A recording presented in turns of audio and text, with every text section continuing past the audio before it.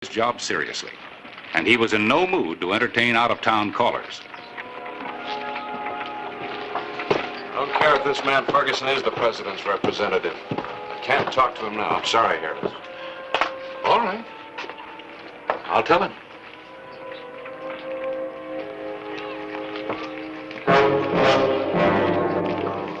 Here he comes. Watch him, Joe. He's got 4 arms and a gun in each hand. It still only takes 1 slug to kill him.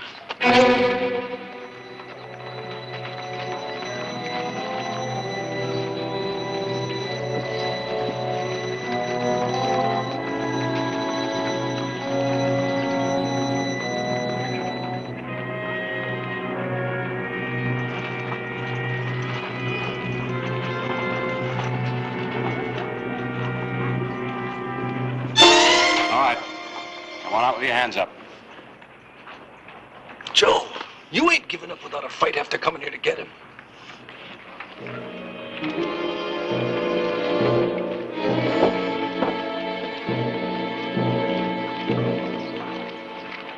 So that's Clay Hollister. Yes. Excuse me. I'll be right back.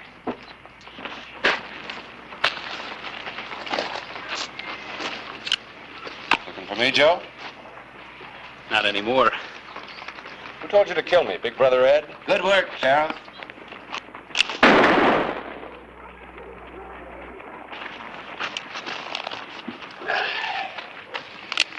All right, let's get you to jail and have the doc take a look at that arm. Sorry, Sheriff. I guess I spoke to you at the wrong time. I'm Ferguson from Washington. Yeah, I know.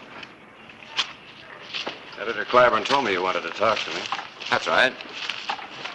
You almost lost your chance.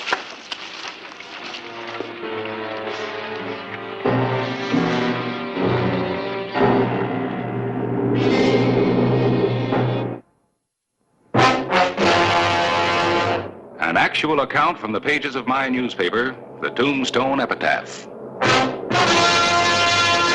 This is the way it happened, in the town too tough to die. Tombstone territory.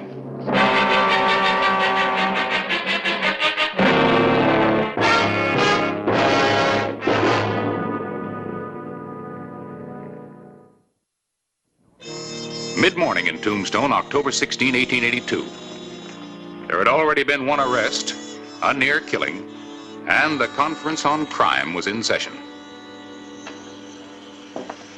So, President Arthur sent me out here to investigate your mounting crime and lawlessness. He feels that Tombstone is a blot upon the entire country. Your Boot Hill is proof enough of that. Mr. Ferguson, wherever there's sudden wealth, there's always sudden death, whether it be a diamond strike in Africa or a silver strike in Arizona. What's your opinion, Clyburn? There is crime and lawlessness in Tombstone, yes. That's in the nature of a boom town. But most important, our law has never lost the upper hand. Then why should any newspaper send me all the way from New York to do stories about Tombstone? Gentlemen, you know this is one of the most notorious towns in the West. Hope you're not expecting too much, Miss Blythe. You could be disappointed. Oh, I'll get my stories. Good newspaper woman, Clay. Those were fine stories you sent up last spring from Panama about the digging of the canal. Thank you. I think this investigation will make good copy, too. Please understand, the president merely wants to offer his help if you need it. The law's getting control. How about your Apaches? You don't seem to have them under control. They're more a matter for the military. General Crook and the cavalry, although we do work hand in hand. The famous General Crook? He'd be more famous if he could catch Geronimo. They're very interested in reading about the Apache wars back east. Yeah, we'd rather read about them, too. Been wanting to interview the general. Just can't seem to get on to Fort Huachuca at the same time he's there. That's where General Crook is now? Or somewhere in the mountains. Pretty treacherous country.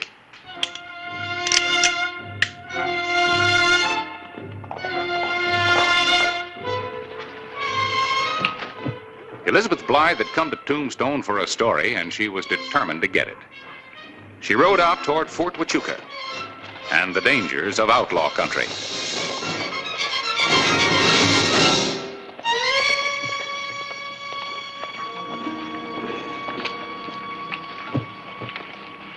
Where's that lady going, do you know? Fort Huachuca. Try to find General Crook. Fort Huachuca. I'm Ferguson, special investigator for the president. Get me a horse, will you? I'd like to see if I can head her off. Why, yes, sure. I got one already. Thanks.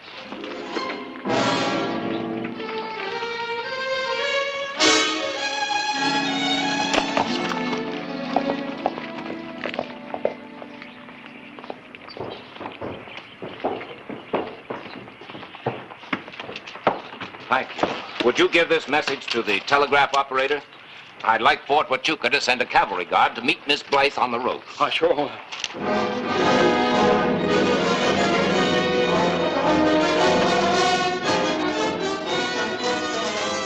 Elizabeth Blythe continued her ride toward Fort Huachuca, unaware that the president's investigator was riding out after her, or that one of the Chandler gang was also riding hard out of Tombstone.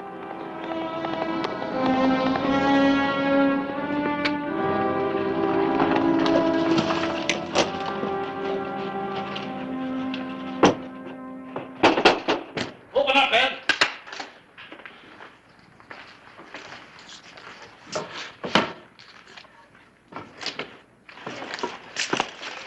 Ed, I got news for you. Sheriff's dead, huh? No. The sheriff got Joe in the arm, threw him in jail. Jail. You stood around like a bum on a log? Lad, there weren't a thing I could do then. Ed, wait a minute. Don't you want to hear the news? What news? About that galoot from Washington. What about him? He was sent here by the president to keep an eye on Tombstone. He's headed this way right now, chasing after some gal newspaper reporter from New York. Yeah. I like that.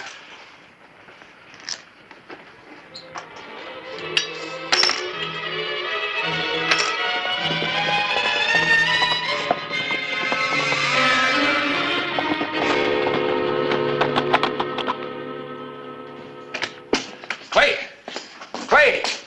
Yeah? Ferguson and Miss Blythe are gone. Oh, back east? No such luck. They both rode out toward Fort Huachuca. Great.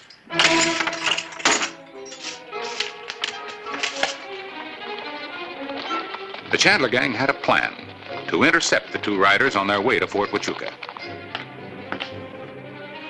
Clay Hollister sensed trouble and rode against time.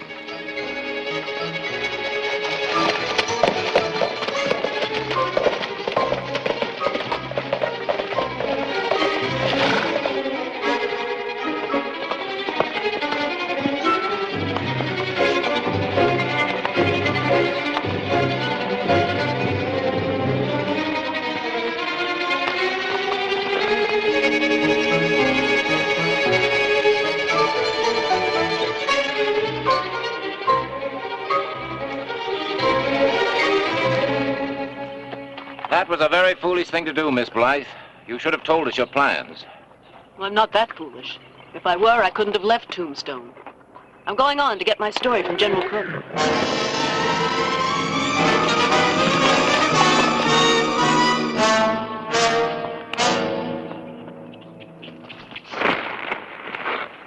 What's this all about? The boss got lonesome, wants company. I don't think he'll want mine. Do you know who I am? That's the reason he wants to see you. The young lady there may get a good story. It'll be about you. Oh, no.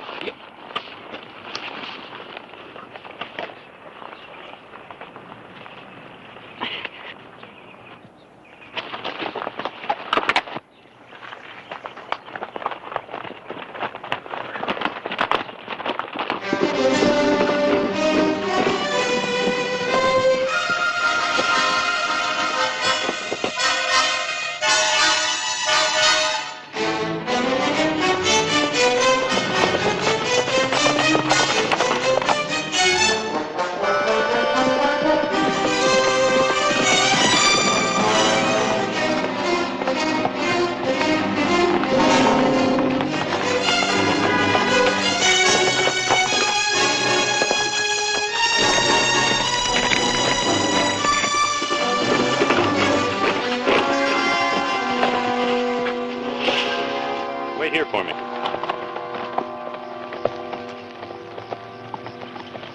Howdy, Mr. Hollister. Where are you headed for? I'm looking for a girl newspaper reporter and a man who set out to find her. So are we. He wired the fort to send a guard out to meet him. Well, I can't understand how you missed him. Me either. Hope nothing's wrong. Look, Corporal, take your men up through the Huachucas on the way back. I'll ride through the Whetstones. Glad to, Hollister. And, if you find out anything, wire my deputy in Tombstone. Right.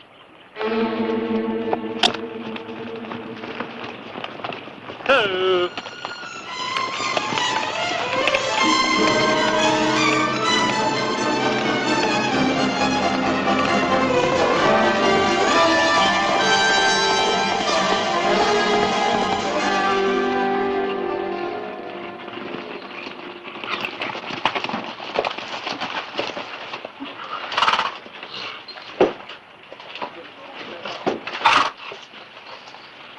Step up.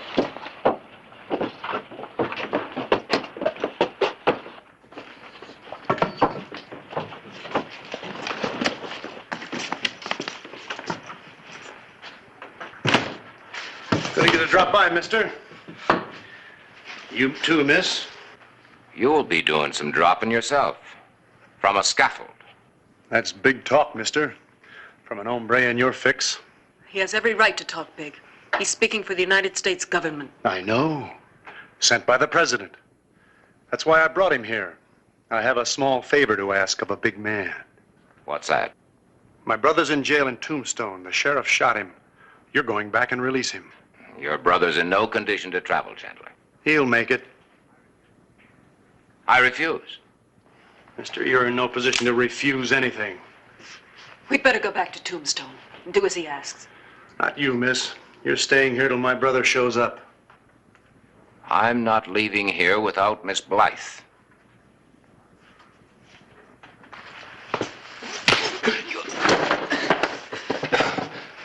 Are you ready to go back to Tombstone? Without Miss Blythe? No. Clears, you've got to do as they say. I want my brother here within 6 hours. And tell Hollister that if he makes one move that looks like a double cross, we clear out for Mexico. With the little lady. In that case, I guess I have no choice. Put the blindfold back on him. Take him back where you picked him up. Then he's on his own.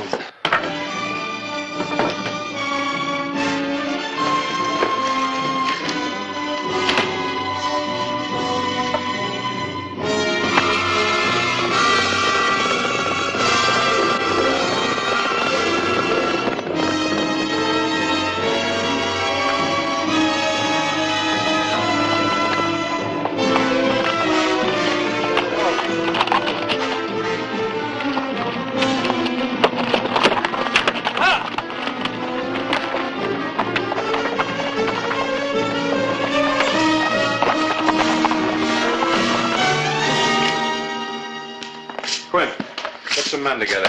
What's up? Ferguson and that girl, Miss Blythe, disappeared somewhere between here and the fort. How many do we need? All we can get. Ferguson, where's Miss Blythe? She's with the brother of the man you shot and arrested. His men picked us up. He's holding her prisoner. Ed Chandler. Sit down. How did you get away? I'm supposed to tell you to release his brother and get him back to Chandler within 6 hours. Or they take Miss Blythe to Mexico. We've got less than 3 hours to get his brother back there. Back where? That, I don't know.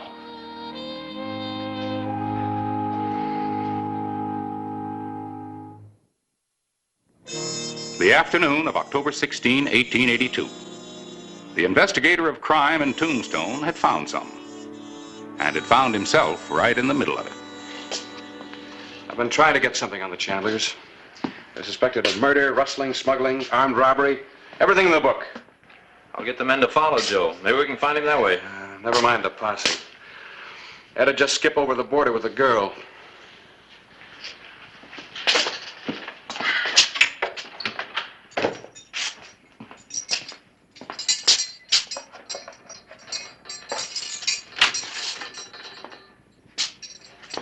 Feel like taking a ride? Depends on where to. Back to your brother. I'm turning you loose. Oh? What's the joker? Seems like a good idea. Afraid Ed'll come with the boys and blast the town, huh? Maybe. Or maybe you think you're gonna follow me and find Ed, huh? I'm not gonna follow you. I'm gonna take you. All right. There's nothing I'd like more than getting you within range of Ed's guns.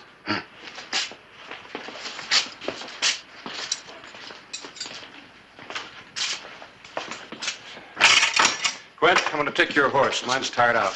Sure, Clay. And don't let anybody follow us. We won't. But if you're not back by tomorrow, the whole town will go out after you. We'll be back. And don't let anything happen to that on the way, or Miss Blythe is a gunner. Yeah. First you have to shoot him, then you have to keep him alive.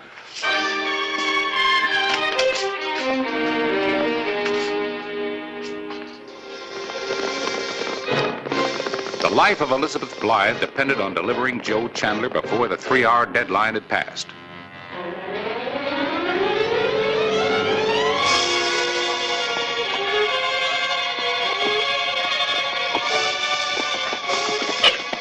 Chandler grew weaker, and the ride was slow. Time was running out.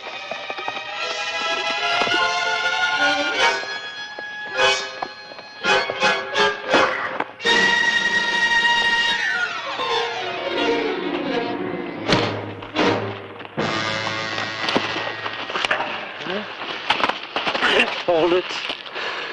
Well, I'm glad to see you're so full of fight. Afraid I was gonna lose you before you led me to your brother. You smart up, lawman. Go on back. You don't know what you're walking into. Mount up.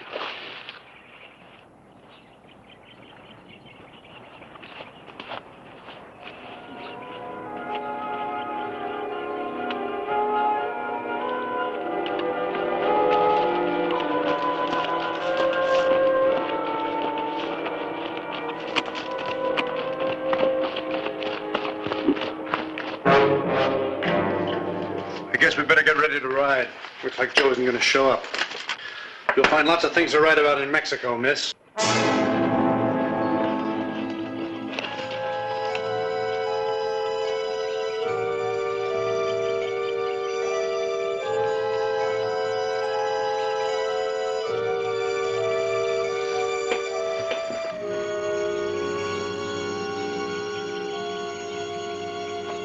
Chandler!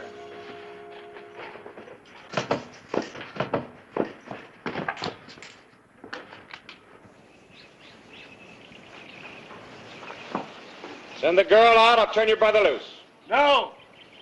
Turn Joe loose, then I'll let the girl go. I'm calling this. How do I know you'll let him go? She walks to me slowly, he walks to you slowly. And I'll have him covered every step of the way. You'll shoot him. Unless I have to. Give me the girl, there won't be any shooting, this time.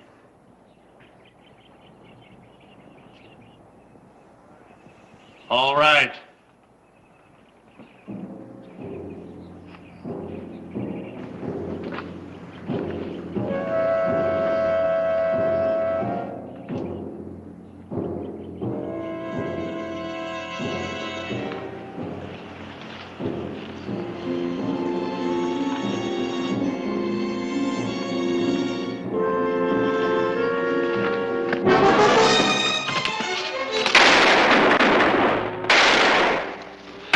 Why didn't you get Hollister when you had the chance? You were just too fast for me. Well, he's not too fast for me. We'll get him now.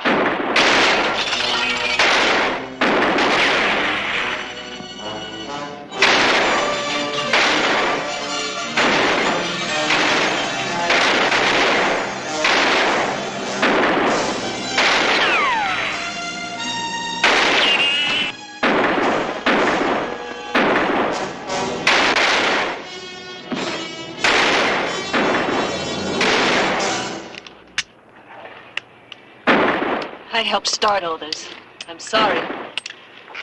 Stay down. Here, make yourself useful. Keep him pinned down. I'll go get him from the back.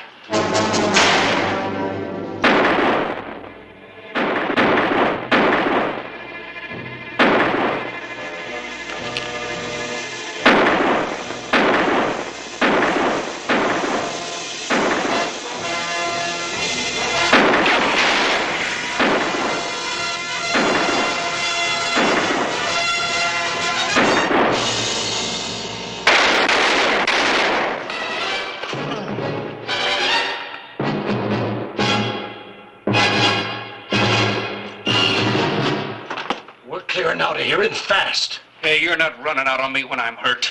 It'll blast you. Ed's dead, and you know it. He ain't dead. He'll be back. He just gunned down Hollister. I know he did. Then where is he? You wait for him.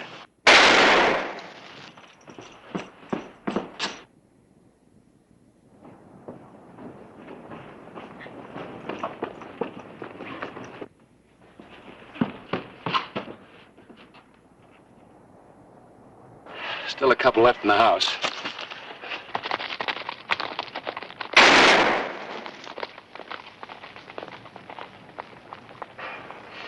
Come on out, Joe.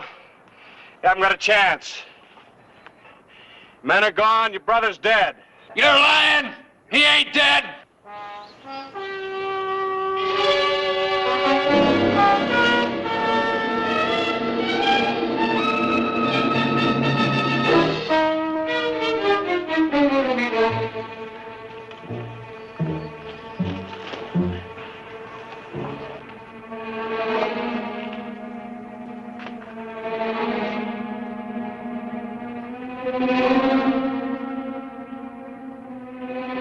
You're all alone, Joe. Come on out.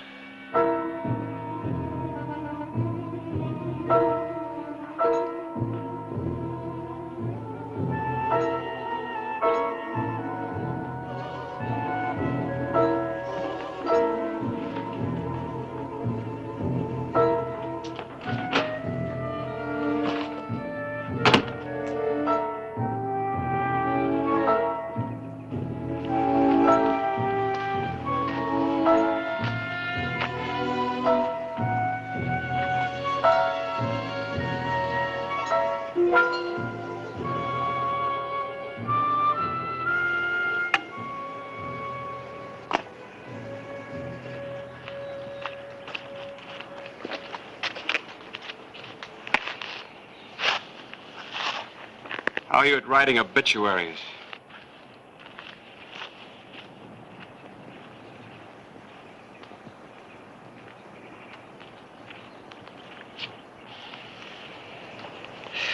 Going back to jail, Joe.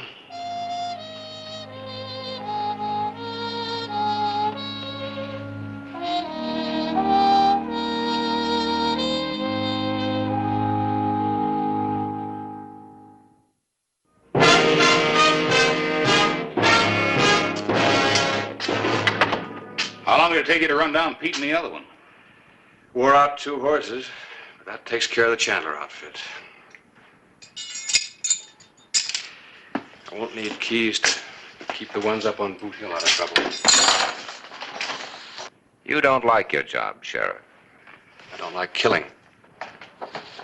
Hollister, I came out here to report on the crime wave in Tombstone. Yes, and when you interrupted an arrest to tell me that, Joe Chandler almost killed me. I'm going to report that there is crime, a lot of it. But it's being held in check. I'll second that. My recommendation will be absolutely no interference by federal authorities. And you know how I'm going to back that up? How?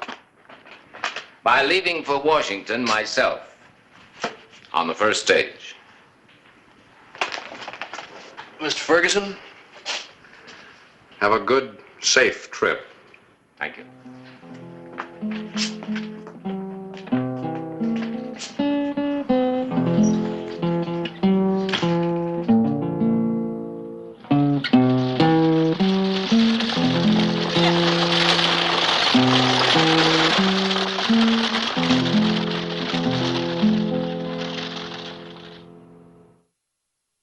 Whistle me up a memory, whistle me back where I wanna be, whistle a tune that'll carry me to Tombstone territory.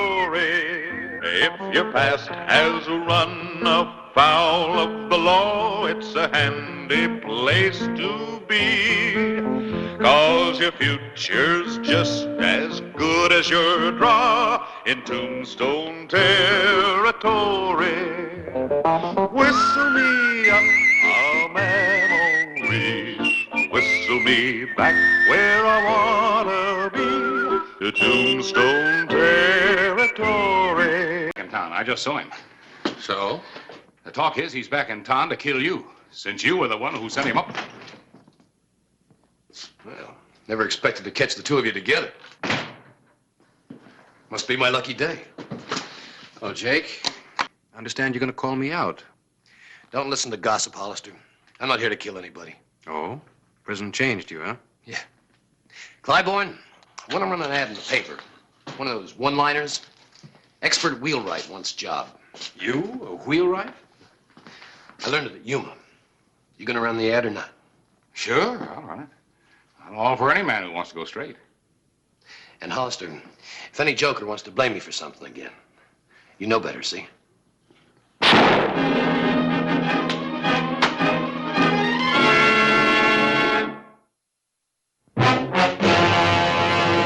An actual account from the pages of my newspaper, the Tombstone Epitaph. This is the way it happened, in the town too tough to die.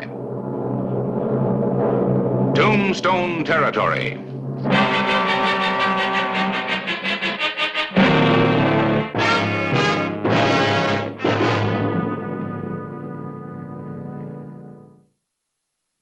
The morning of May 31, 1885, got off to a fast start. A man had been shot and killed on his way to work.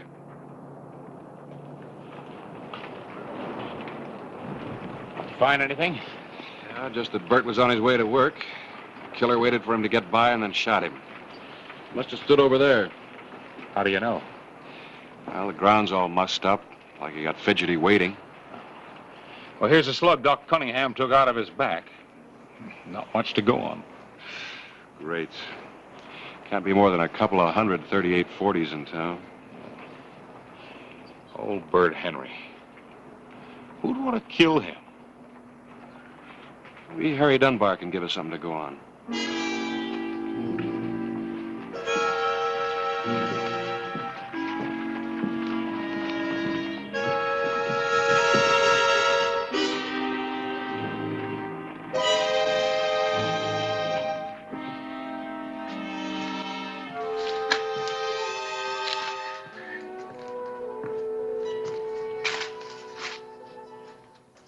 Looks like some folks are in for a spell of waiting for that baby. Also looks like I came to the right place at the right time. Haven't I seen you before? Maybe, maybe not. The point is, I'm a wheelwright. You need one bad. Oh, no, I don't. I've got the best man in town, Bert Henry. Well, Bert's not working here anymore. Somebody gunned him down. Bert? It was in Hollister's office when he was shot. Word is spreading all over town. That's why I thought... Hi, Harry. Well, you didn't waste any time getting here, I see. Somebody's got to take the fellow's job. Might as well be me. Got any idea who shot him down, Clay? No, not yet. All I know is he was ambushed on his way here. He died in Doc Cunningham's office. Why would anybody want to kill Bert? He didn't have much money. I remember you now. You're Jake Conroy. You're a gunslinger. Well, I don't want any thugs around my place. Shove off, Conroy. Now, Mr. Dunbar, I wouldn't take that tone. You're in a jam. You need me. Hollister, tell him I'm in the clear. That's right, Harry. He was in my office when it happened. He couldn't have done it. He was telling me that he spent his time up at Yuma learning to be a wheelwright. I don't think that I could ever trust an ex-con. Mr. Dunbar, have you ever been in prison? Of course not. Then you don't know what it takes for a man to buckle down and learn a trade late in life. To tell himself he's going to go honest and above board. All right, Conroy, I'll give you a break, but I warn you, the first false move and you're finished. It's a deal, Mr. Dunbar. And in a week, you'll be begging me to stay.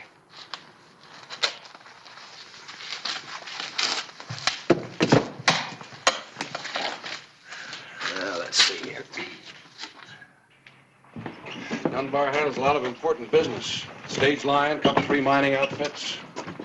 Now Jake Conroy's working for him. Oh, what's that got to do with anything? Don't you believe his story about going straight? I don't know. Wheelwright is murdered. Jake's a wheelwright. So he steps into the dead man's job. Well, you know, Jake couldn't have done the killing. Yeah? I think we have to give him a chance. Kind of like recommending Billy the Kid for president of the First National Bank. I'll feel better if I check on him.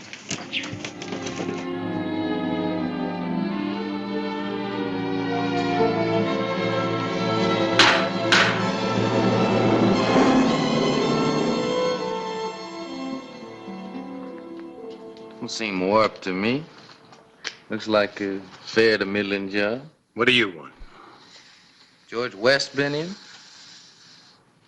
The West Consolidated Mining Company? What about him? When he comes to town, he leaves his buggy here. Saw him on Allen Street. No thing about it. Well, you work here. You know the customers. I'm not in the habit of giving information to strangers. Now get out of here. Come on. What's the trouble? Get out. What was it, Jake? Just a bum asking questions. And like his looks, gunslinger type. Look, told you I'd have her finished by quitting time.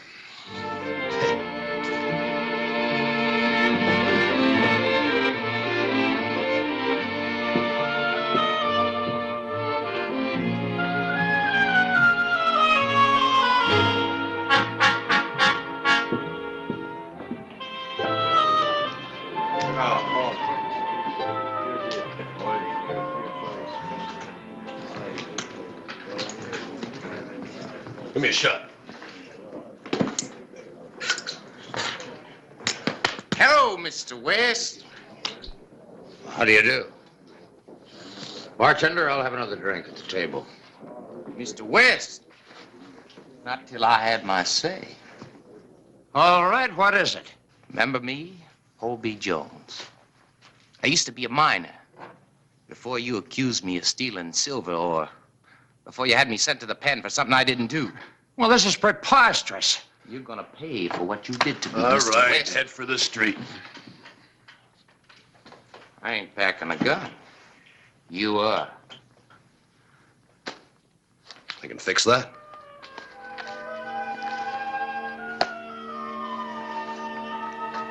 Now, are you gonna go out in the street? I ought to break you in two. But I'm a peaceable man. I'm giving you one last chance to go out in the street. You ought to break me in two, but you're yellow. Somebody better go to the sheriff. Yeah. Let Hollister pick up the pieces.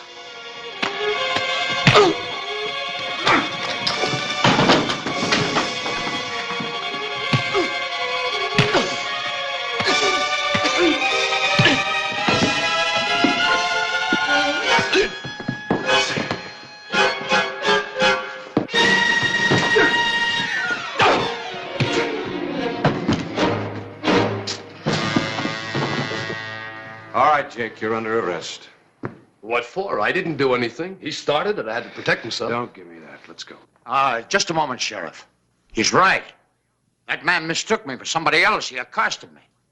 This man stepped in on my behalf. Thanks, Mr. West. Thanks. I got in trouble a few years ago. You know how lawmen are. Once they get you pegged, they hate to see you come unpegged.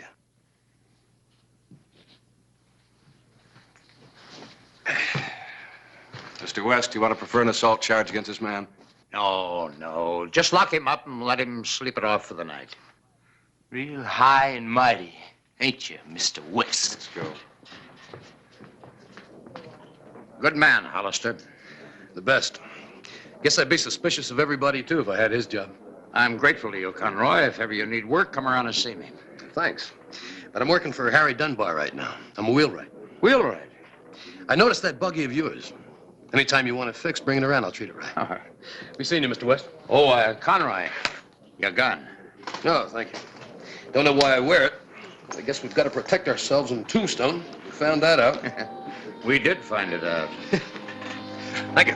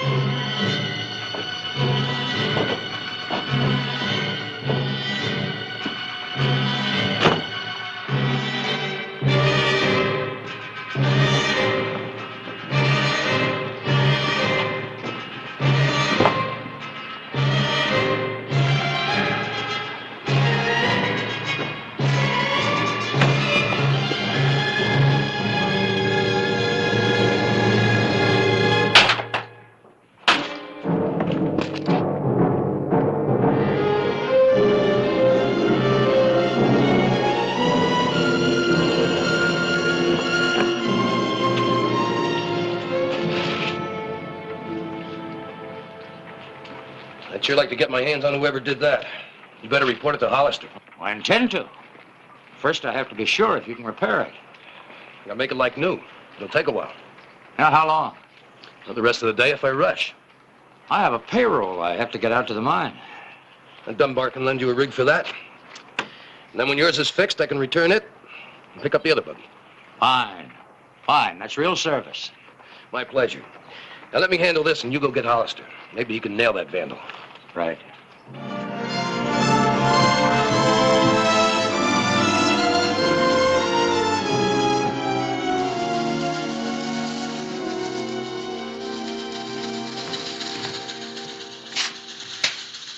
Hello, Jake. Hello, Hollister. Anything you can tell me about Mr. West's buggy? Yeah?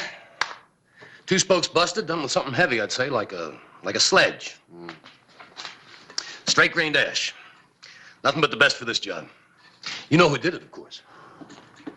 No, you tell me. The Hobie Jones. Maybe. Oh, no maybe about it. Takes a bad man to break up something as beautiful as that buggy. And you learn about a man when you fight him. He's a bad one. Much like a twin sister, huh? I don't know. What do you mean you don't know? You ever see a better matching job? I wasn't talking about the spokes. I was thinking about something else. Something else? Yeah. I'll see you later.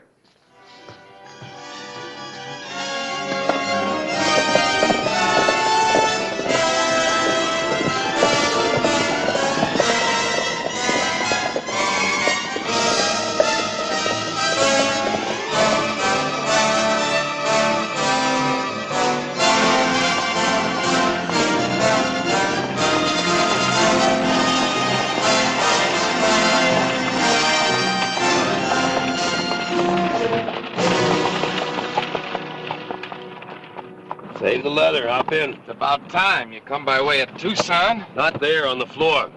Nobody's gonna see me way out here. We're not taking any chances. I've got the sheriff looking for you, remember? You didn't have to do that. You didn't have to tell him I was the one who busted West's buggy. Lie down. All the way. Yeah.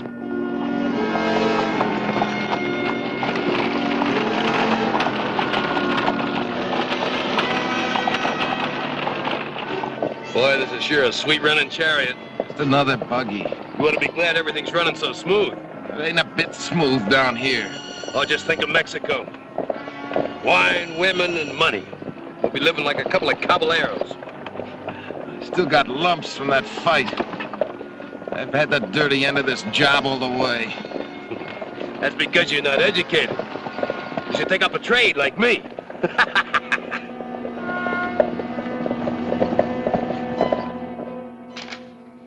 Oh, it's the report from Yuma on Jake Conroy. Well, what do you know? Jake was a trustee. Exemplary conduct, learned a trade. At least he gave us a straight story. Released May 1st, along with an inmate by the name of Red River Tom. Left Yuma together, heading east. Uh-oh, listen to this. 5'11", slim, dark-haired, 32, speaks with a slight southern accent. Remind you of anybody? That story I gave you for the epitaph. Conroy's fight in the Crystal Palace with a stranger. Hobie Jones. Or Red River Tom, according to Yuma. These days, thugs change their name like you change your shirt. Well, then if Conroy knew Jones, that fight in the saloon had to be staged. Uh-huh. But you gotta go back one step further. Hobie killed Bert Henry so that Jake could get into a key job. Then the fight set Jake up with West. So naturally, when West's buggy was vandalized, he'd go to Jake. Let's get to Dunbar's.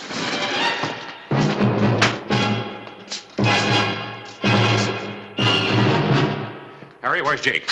Oh, he's out, delivering the buggy to Mr. West. At the mine, I suppose? That's right. He'll be back soon. No, Harry. Not unless we drag him back.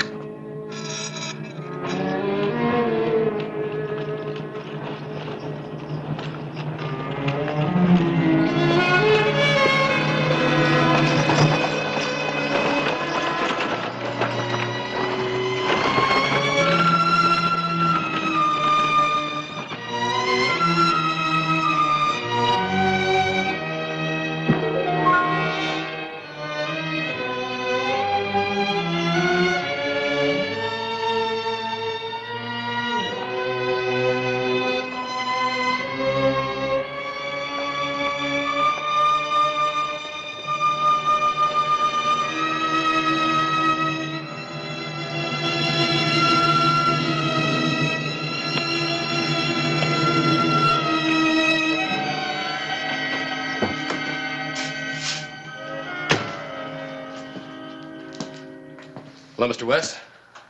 Brought your buggy back. Fine. Fine. Finished early, didn't you? Had to. Got traveling to do. I begin to see it now. Just do as you're told and nobody will get killed. Put the payroll in the sacks. We're going to take charge of it for you.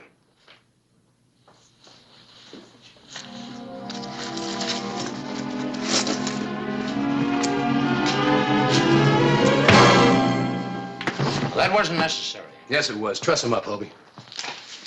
Make it fast. We've got to move. We'll take the good buggy. We're rich now. We're not going to ride in a livery stable rig. How about the guard at the gate? The boss will be driving. Hobie will be on the floor. I'll be beside you. Any false moves and you get 2 slugs, one in the back and one in the belly. Well, let's go.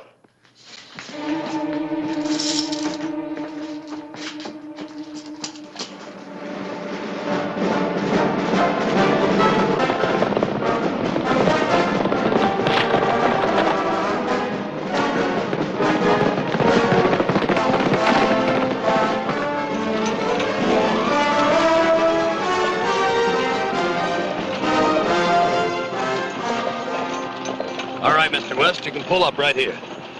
Someday they're going to catch up with you. If I have my say, you'll hang. Pull up, I said. Oh, up! Now go on, get down. So you can put a bullet in my back. What's a murder charge against you? Get down.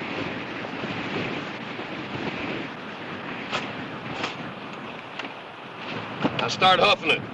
Only take you a few hours. Yeah.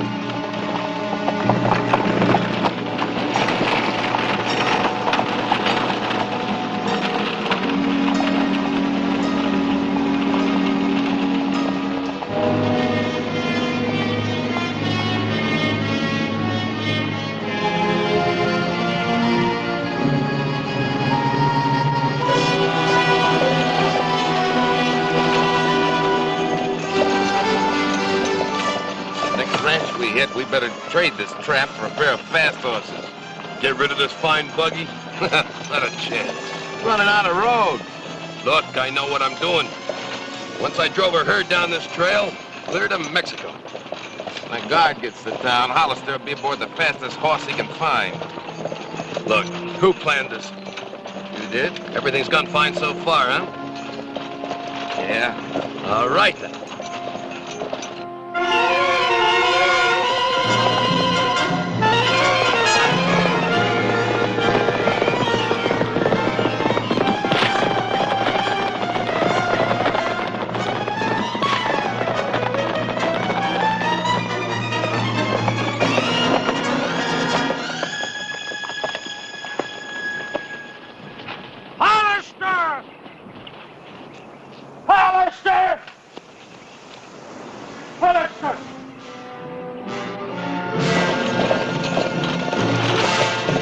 Time on foot. Get out and walk then. Hollister will be gaining on us. Look, we got a long lead. Hollister can't sprout wings.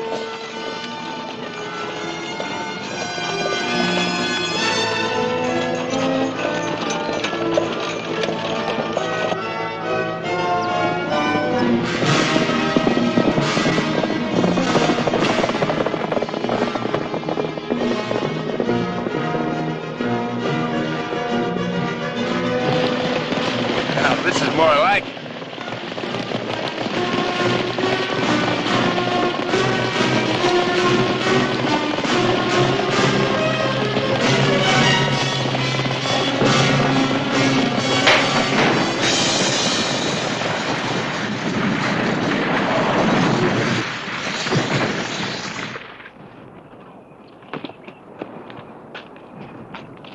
That's the one you were supposed to fix. I told you to knock out a couple of spokes, not weaken the whole wheel. No matter what I done, it's up to you to fix it. It's up to you to fix Bird Henry, not to kill him. Right, all right.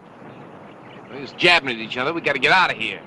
When you were harping about riding horses, now's your chance. Carriage snags and no saddles? Shut up and help me unhitch.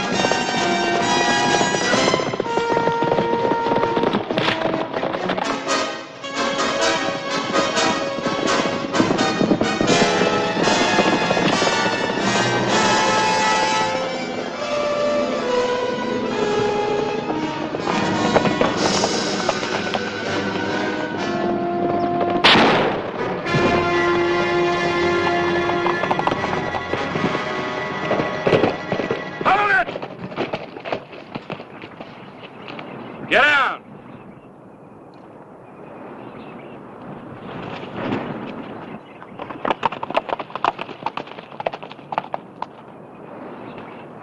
Guard him, Harris. I never buck odds when they get too big, Hollister.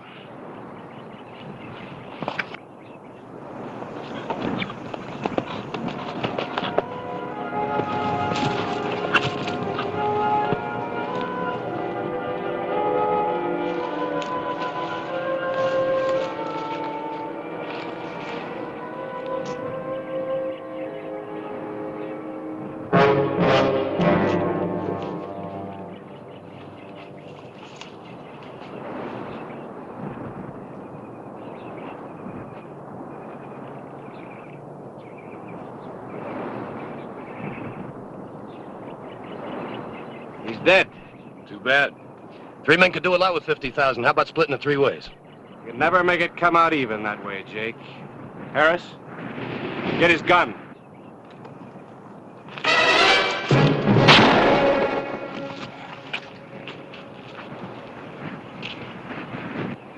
Oh, I'm glad you're a good shot. That was close. Close for Jake. If I'd had more of a target, we'd have had another dead wheelwright.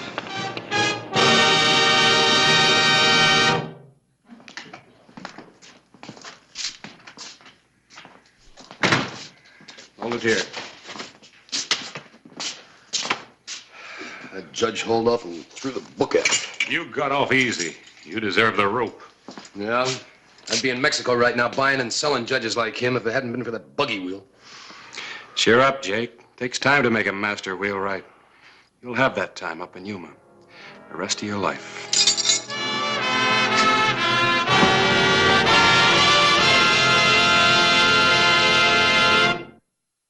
Whistle me up a memory, whistle me back where I wanna be, whistle a tune that'll carry me to Tombstone territory.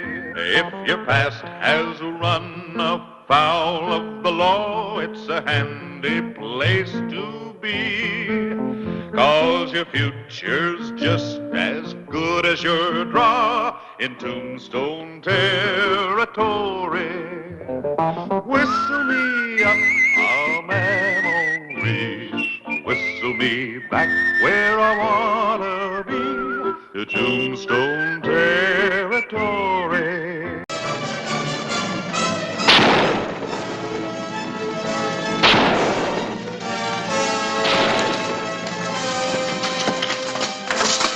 Dexter, find the shop.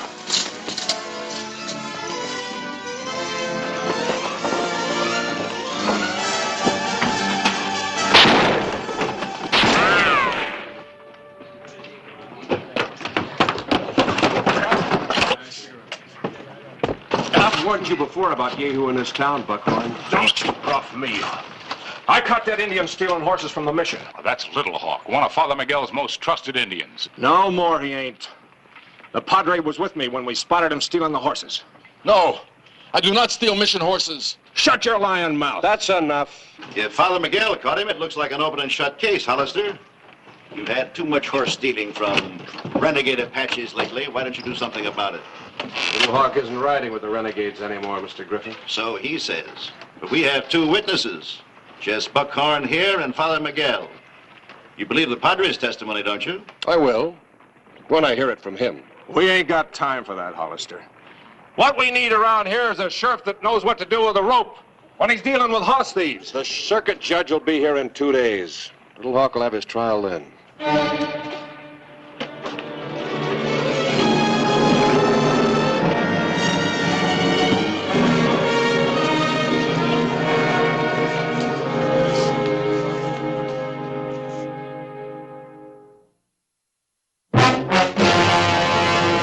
An actual account from the pages of my newspaper, the Tombstone Epitaph. This is the way it happened. In the town too tough to die. Tombstone territory.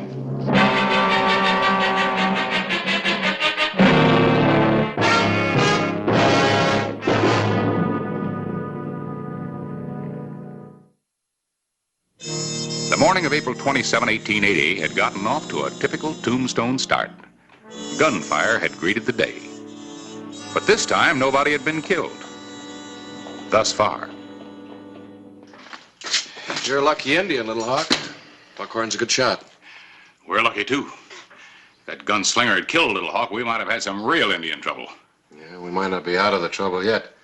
Griffin was right about one thing. Ranchers have been losing a lot of horses lately.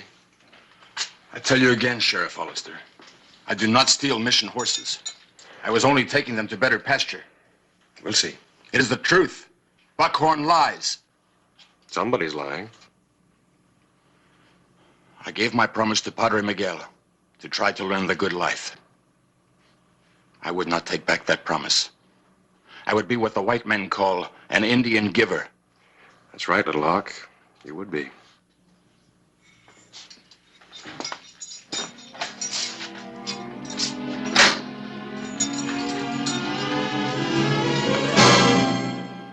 You must have had every chance to kill that Indian before he reached Tombstone. Why didn't you? Well, don't you think I tried? That Indian knows every trick in the book. Fellow is like shooting at smoke. I hired you to cause Indian trouble. Now, what about it? Well, it ain't been so easy. Those renegades have been awful quiet lately. Till Little Hawk decided he wanted himself some nice, fat mission ponies. Father Miguel actually saw him taking the stock? Plain as day. Little Hawk thought the Padre was having a siesta. So he rounded up 6 of the best ponies and was moving them out as I rode in. The Padre came running out when he heard the ruckus. The Padre is bound to tell the truth as he sees it. Perhaps it's just as well you didn't kill Little Hawk. You gonna let that Indian go to trial? No. Now the whole town thinks that he's guilty. I'll play that up. We'll have a lynch mob.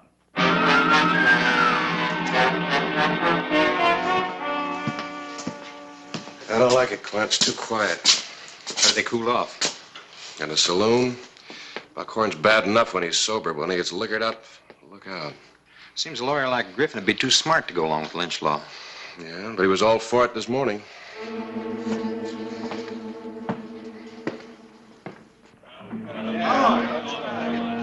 I agree with you, lawyer. It's about time we did something this ourselves.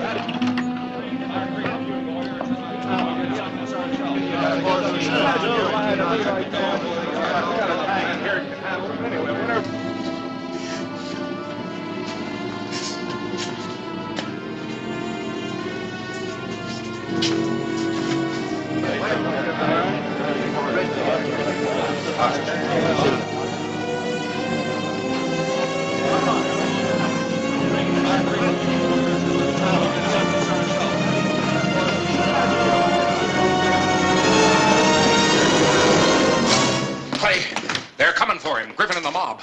Oh, great. Looks like I guessed wrong. Yeah. Wait a minute. There's another way. Quint, you and Dexter go out the back way and get our horses. Right, Clint. What are you going to do? Little Hawk came from the mission. He's going back there.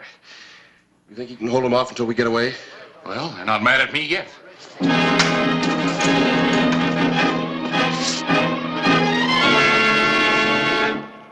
Hollister, we want Little Hawk. Bring him out here. Come on, bring him out.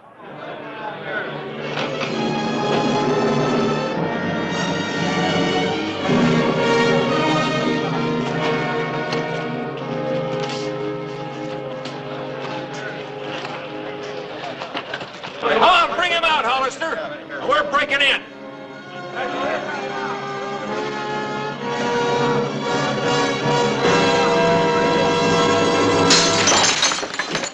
Hollister, we want Little Hawk.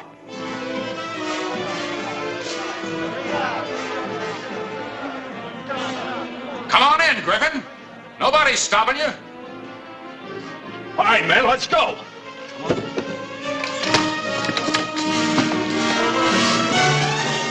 What are you doing here, editor? Just reporting the news, Buckhorn, as it occurs. I've got a fitting headline for tomorrow's edition of the Epitaph. Lynch law returns to Tombstone. Thanks to one of its leading citizens, attorney Fred Griffin, this edition marks the probable death of a town once called Too Tough to Die.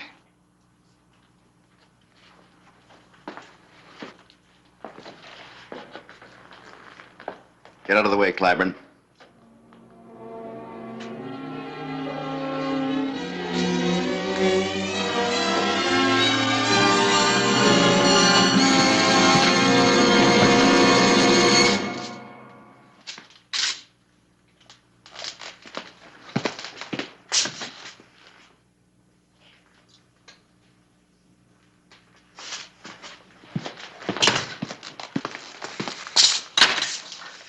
They're gone. Where are they? I thought you were the one with all the answers, Griffin. All right, Clyburn. Hollister wins the first round, but Tombstone's going to have a new sheriff, and I'm going to see to it, personally. And another thing, editor. Hollister has to bring that Indian back to Tombstone sometime, and when he does, we're going to finish what we started here. You understand? Come on.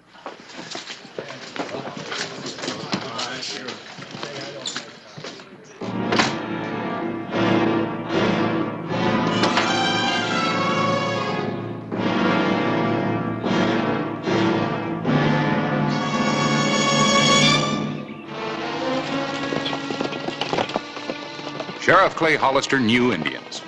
But sometimes, the more you knew about them, the less you knew about them.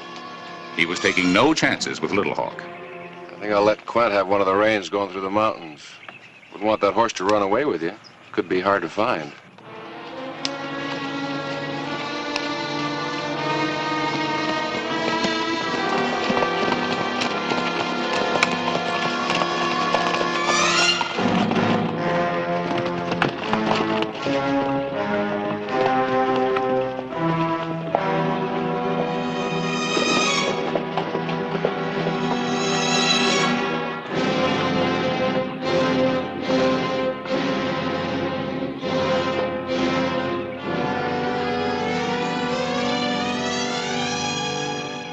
Sheriff Hollister, welcome.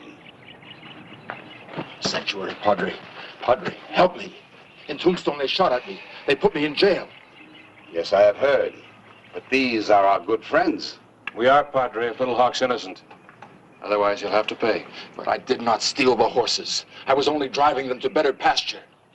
Toward the rocks of the Cherry Collis? Padre, I know a green valley with better water. You better save that for the judge and jury. Meantime, we have to save him from a lynch mob's rope. You can't very easily try a dead man. They will shoot me anyway, or hang me. Sanctuary, Padre, sanctuary. You need no sanctuary from them, even if I could grant it. Does that mean that Little Hawk is guilty of horse stealing, Father Miguel? Well, if so, please try to understand. The Apache thinks differently about animals than the white man. To take another man's horses is a great honor in his tribe. He isn't in his tribe anymore. He's a mission Indian now, and he's got to observe our laws and customs. That is true. The circuit judge is due in Tombstone day after tomorrow. Can you hide him until then? Keep him in custody till trial time? Custody? If you've got some place to lock him up, my deputies will guard him. Well, we have no locks here. Unless the granary. That is a safe place. May I see it, please? Why, of course.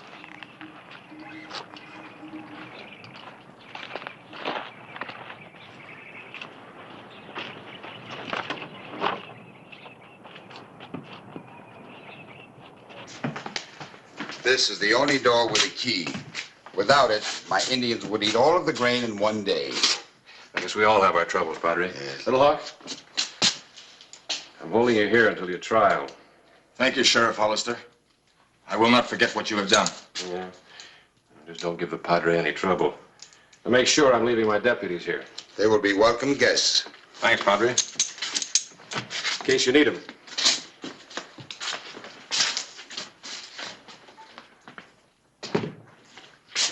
When you come back for Little Hawk, I will accompany you to Tombstone. I will do all I can for him. I know you will. Then it's in the hands of the court. I understand.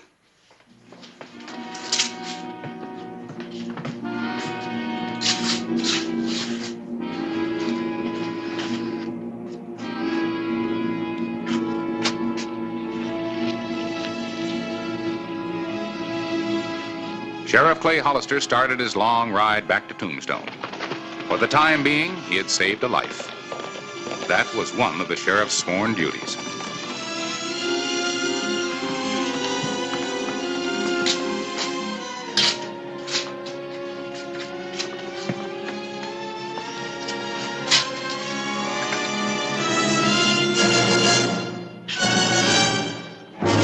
Padre, I must talk to you. I want to confess.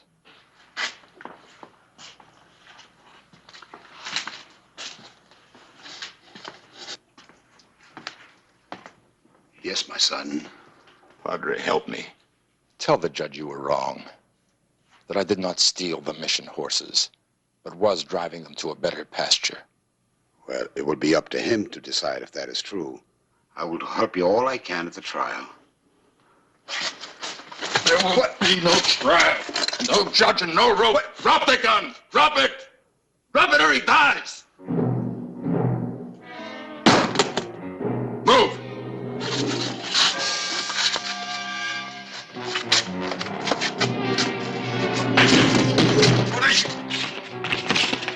Lock the door. Lock it.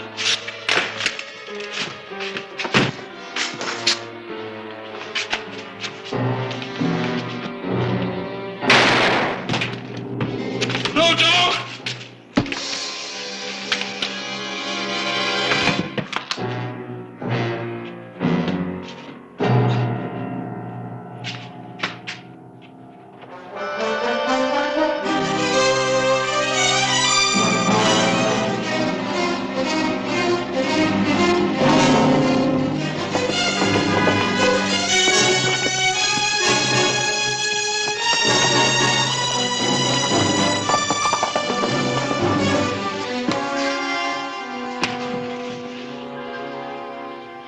Padre!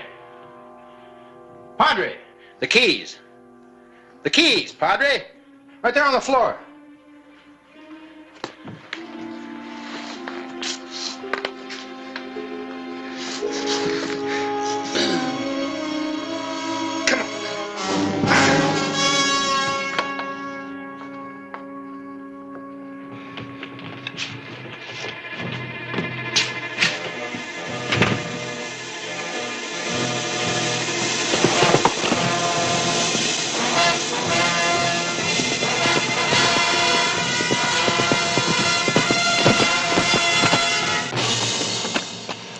Thought I better ride out and tell you.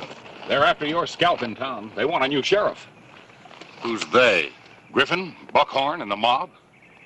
They just want a quick hanging or another Indian war. And I'm not a...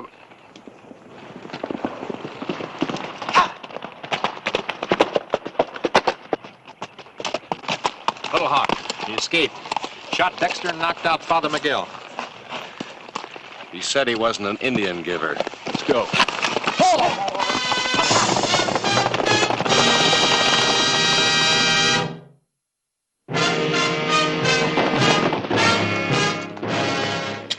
How is he? He's coming around. Dexter? Not so good. Tried to stop him. I know you did, Father. Do you have any idea where he might have gone? Chiricahua.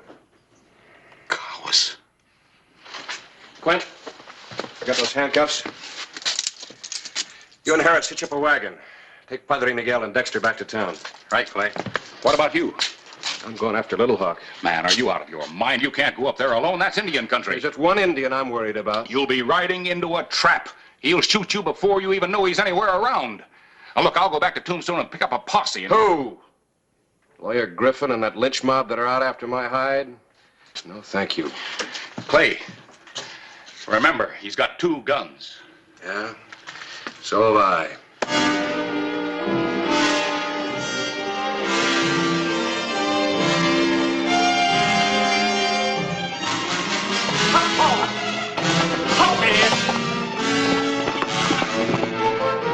Little Hawk was headed to the Chiricahuas, the mountains where bands of marauding renegades defied the white man.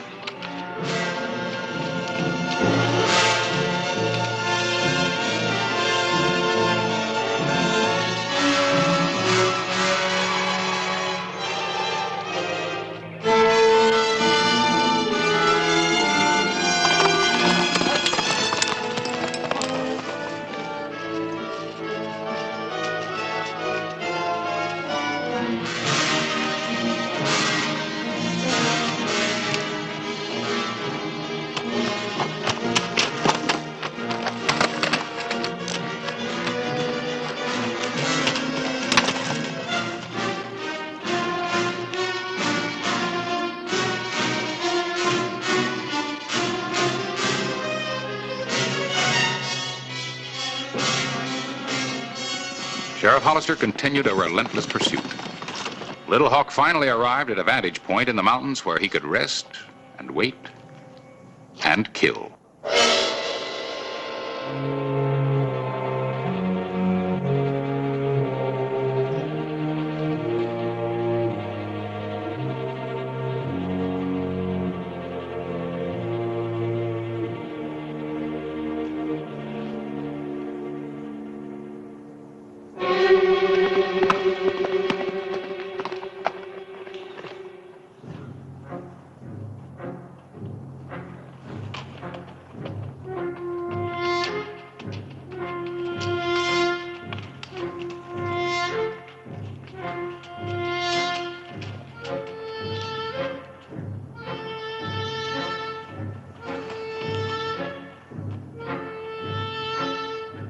Little Hawk's trail grew harder and harder to follow. The inner Chiricahuas were known only to Indians. For the white man, it was no man's land.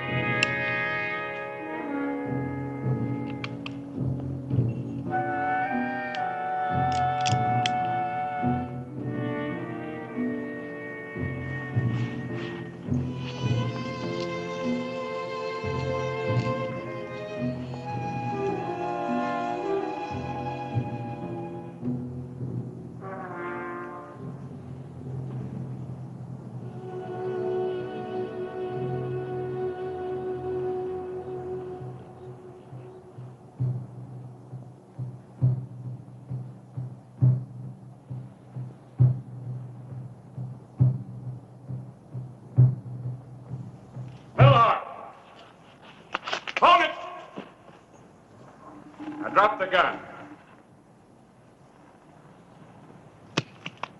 You're headed in the wrong direction. Your trial's back in Tombstone, remember?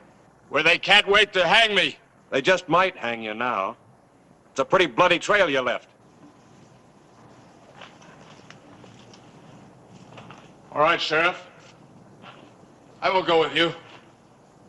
But you will have to help me. I've hurt my hand. See?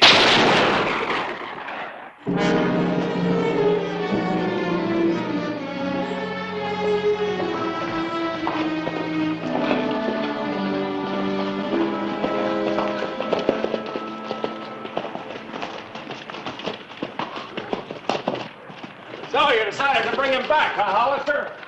Hold it!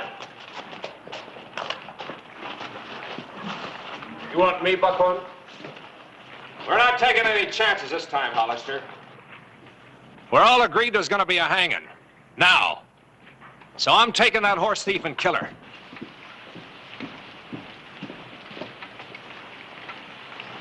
You talking for yourself or for Lawyer Griffin here? I'm talking for everybody in town. You're through, Hollister. These people here will tell you so. We don't like Indian lovers. And we're going to end it all by hanging that horse thief. Maybe. If the court says so. The court? There's always loopholes. We're hanging him now. I don't think so. I do.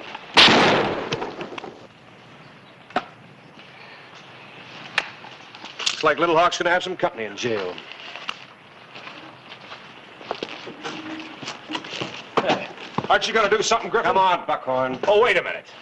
He hired me to make trouble for the Indians. He's lying. Would you take the word of a drifter? I was no drifter when you needed my gun to help you get the Indian land so you could sell it to the railroads. You're a smart lawyer.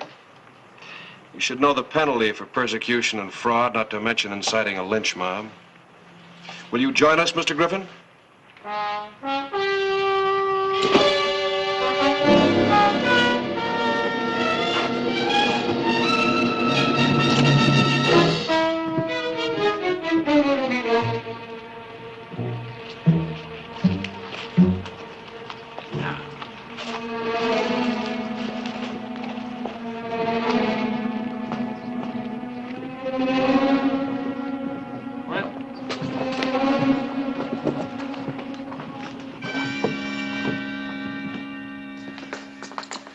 What about Dexter and Father Miguel? They're all right. Both be as good as new in no time.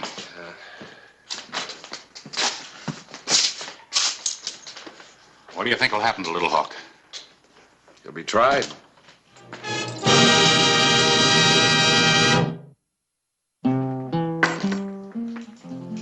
You first put it on, everything seems so simple. Crime, justice, black and white. And? Then you have to protect a horse thief. Save him from a mob. That's as it should be. Yeah? In the meantime, a padre gets clubbed down, and one of your own deputies gets wounded. But nobody was killed. And many might have been if you hadn't moved your prisoner. You and your deputies couldn't let that mob take him. Harris, you're a great comfort to me. You just need someone to talk to. No. No, but sometimes my conscience does. How about some dinner?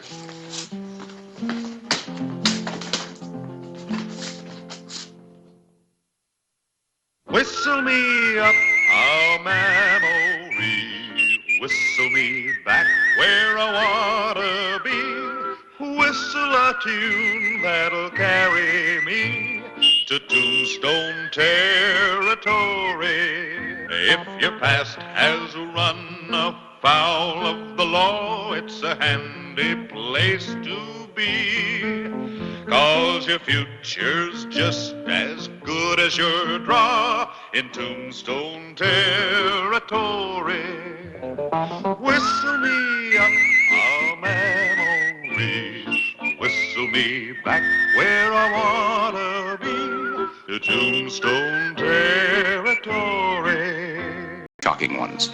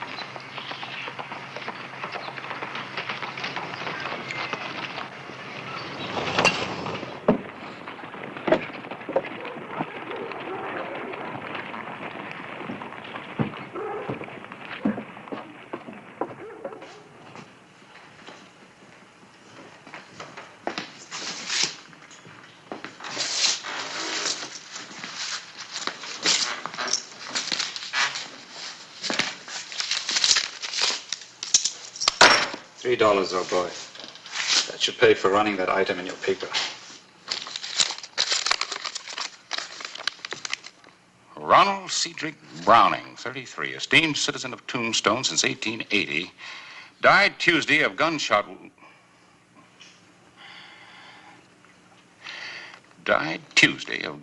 wounds as he was attempting to protect an ore shipment from his mine located. April Fool's Day was last month, Ron. Printed. I'm paying you.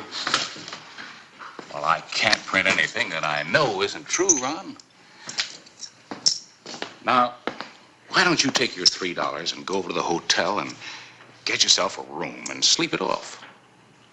Print it. You've got to print it. Can't.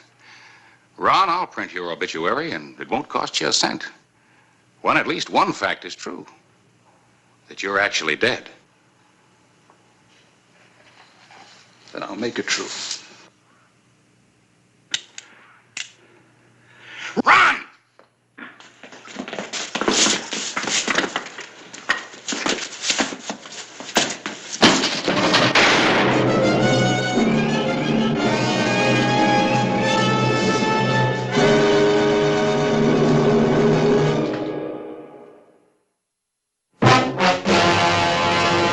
An actual account from the pages of my newspaper, the Tombstone Epitaph.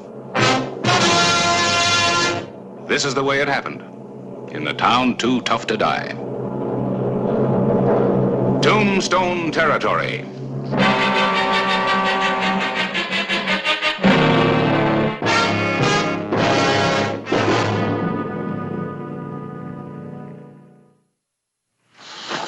You all right?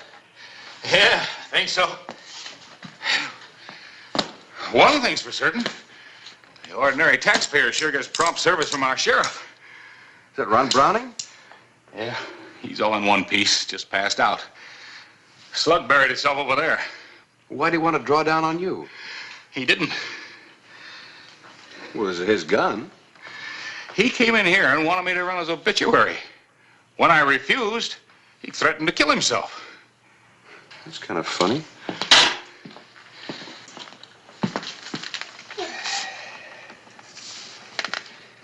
He tell you why? No. First, I thought he was drunk and trying to play a joke.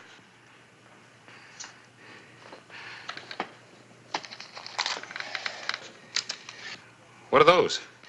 Well, I saw him coming out of the post office. I thought maybe something he got might have set him off. Something sure did.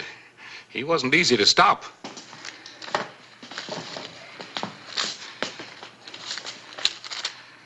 From a lady?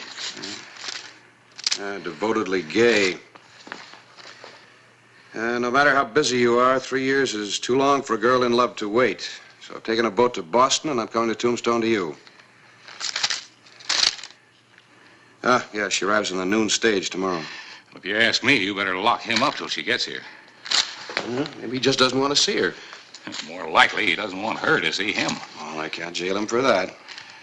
Look, he's no tramp, Clay. Comes from a good family, educated. When he sobers up, could be all he needs is that girl. All right, Cupid. I'll see that the county boards and lodges him.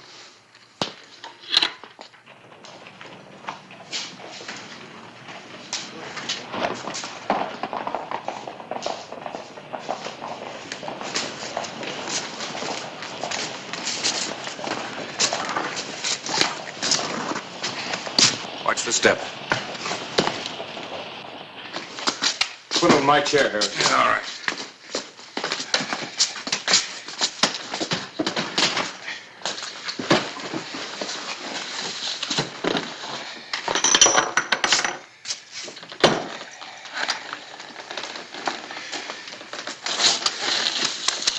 Easy. What do you think you're doing, old boy? We brought you here for your own good, Ron. But if you want an apology... I think you should apologize to, Miss Mitchum. Now, see here. I read your letter hoping it would explain why you pull a gun. It did. What do you want me to do? If I do more than I have, I can't see her. Why not, Ron? Well, 3 years ago, Gay and I fell in love. Her father publishes books. Wanted me to join the firm. I just couldn't see it. I'd inherited nearly 1,000 pounds, and Gay and I decided I'd come over to Canada. Start a ranch, and Gay would come over later. Everything was fine until the winter. The worst in 20 years. Wiped out. Is that when you moved down here, Tombstone? I wrote Gay that I'd sold the ranch, bought a mining claim here. A big man now, very successful. Oh, Lord. Gay thinks I'm about the biggest man in Arizona. 10 full feet tall. That's me. That's why But a girl who would come all this distance just to be with you, Ron, deserves more consideration than this. Nobody ever won a fight by running away from it, boy. It's not for me. Make her think I'm dead. I'm just as good as dead now, anyway.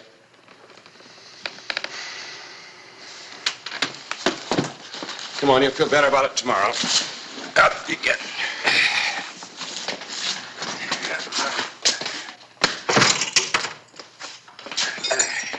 All right. You can't make me see Gay. We'll talk about that when you're sober.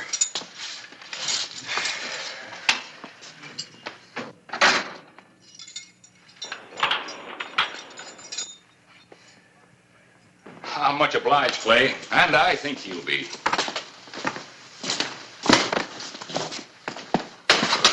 Ike Cobb, Sheriff. Wanted in Flagstaff. Where'd you find him? In front of the bank.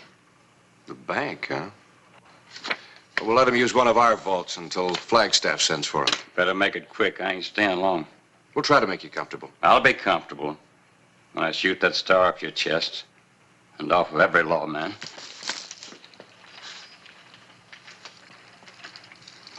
Drop it.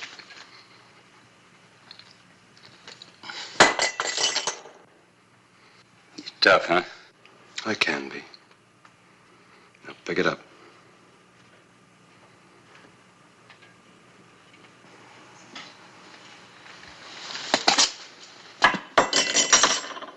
Now let's make you comfortable.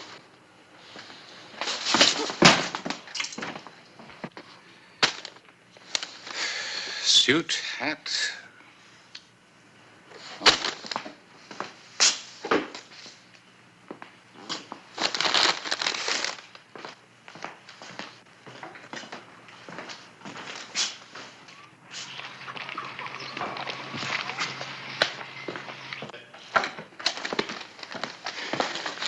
Here, Clay.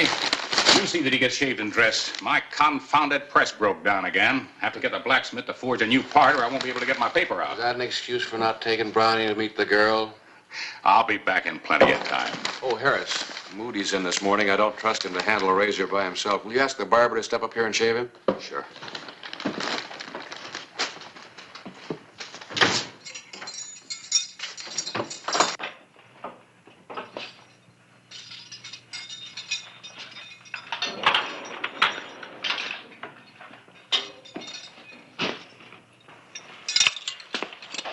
New clothes, Ron. Put them on.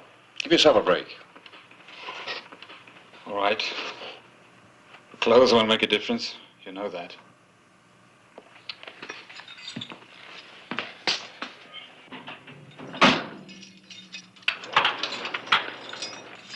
Let him out, Sheriff. Let us both out. Save you a lot of trouble later.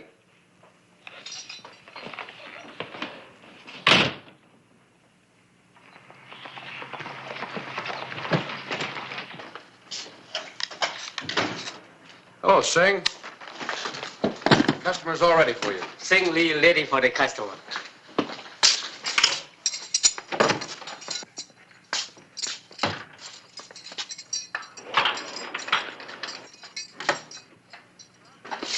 Oh, Mr. Brownie.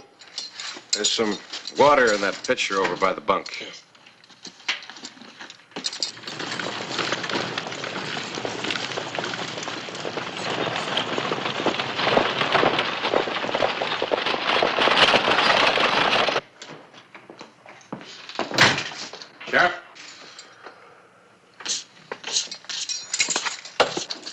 stage from Santa Fe you're waiting for? Yeah? I just saw it. Looks like it's going to be about 10 minutes early. All right, Quint, you stay here and see that Singley has no trouble. And after Browning's been shaved, bring him over to the hotel. I'll pick up the girl. Right. Oh, and when you deliver him, make sure he looks 10 feet tall.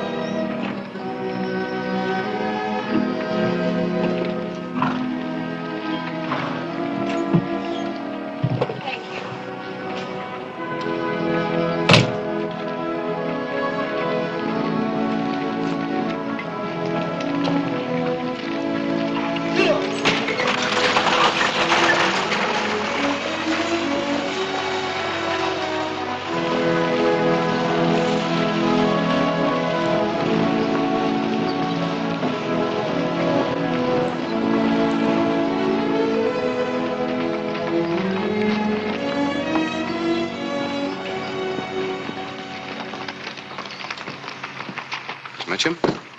Yes, I'm Miss... Oh, I say, is something wrong with Ron? Oh, Badge? No, Ron's all right. I'm a friend of his, Clay Hollister. He asked me to see that you got to your hotel all right. Oh? Ron's tied up. Business. Is that all your luggage? Hotel's just down the street.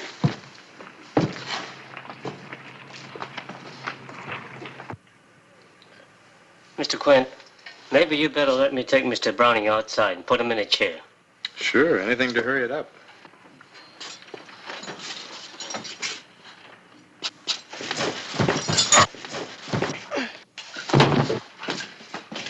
Browning, lock the barber up. We'll both get out of here together.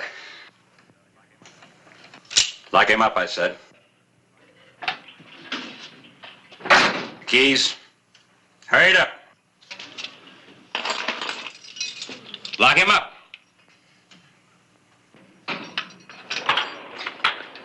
Come over here and unlock this one.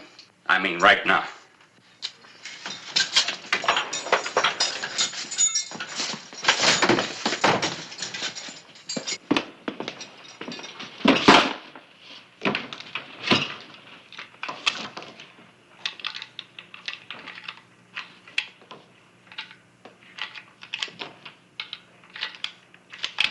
Here. 2 guns are better than one.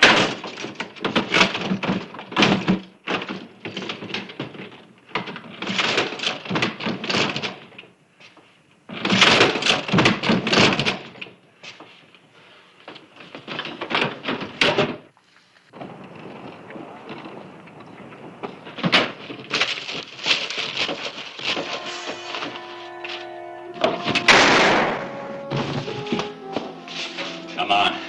You get caught now, they'll throw the book at you for jailbreaking. Come on!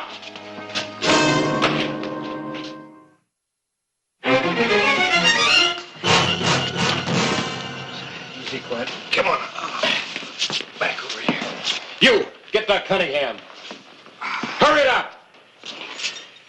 Suckered me. Got out. He and Browning escaped. I'm going after him. Ron escaped? Ron and one of the most dangerous killers in the territory.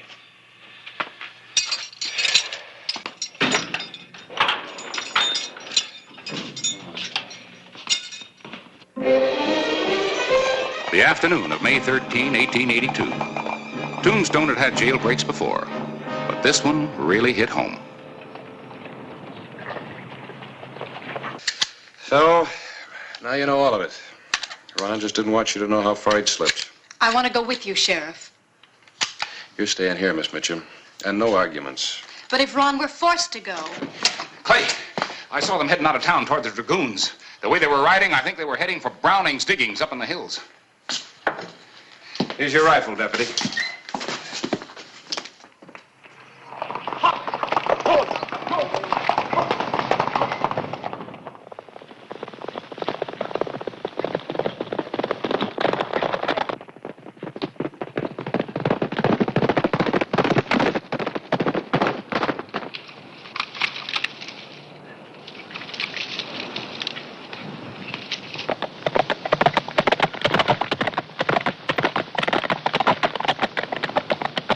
We'll leave the horses here.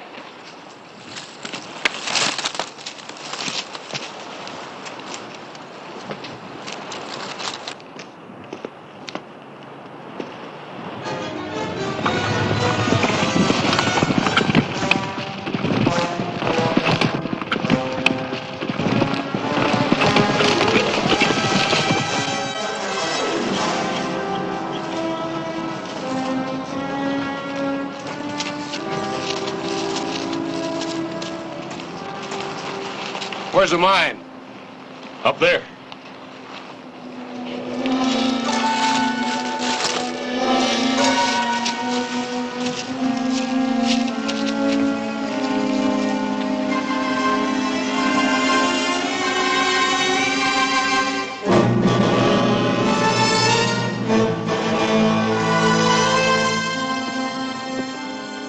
Wait a minute.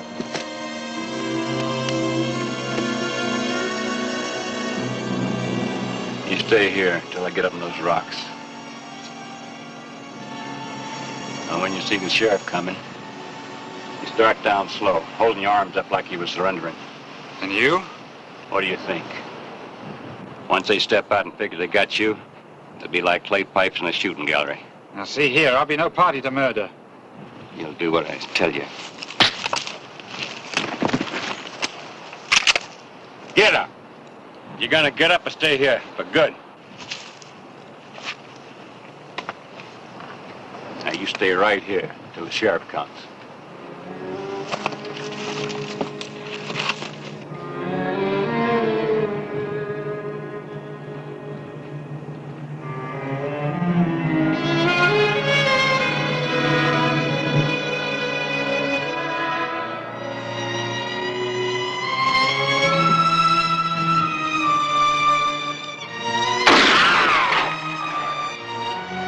What do you make of that? Maybe there's only one of them up there now.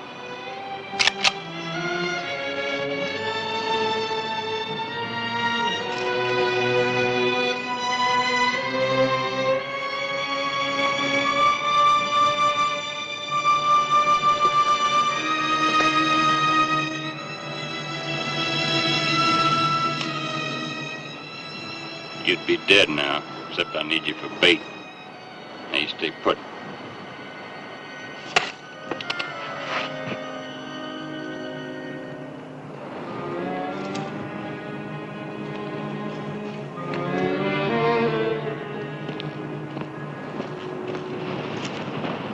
All right, get out there. You trying to cross me? You get it first.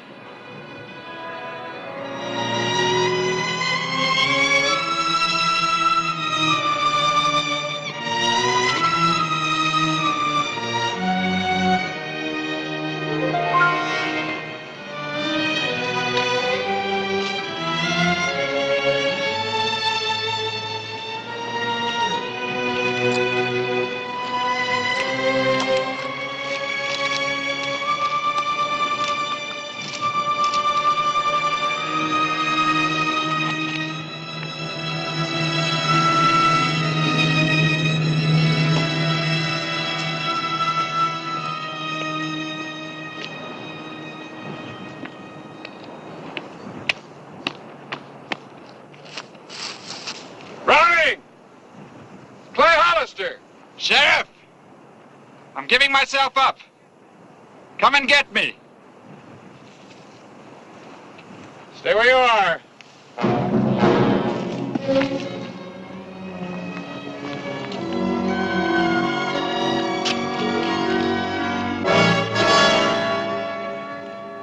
Sheriff, it's a trap!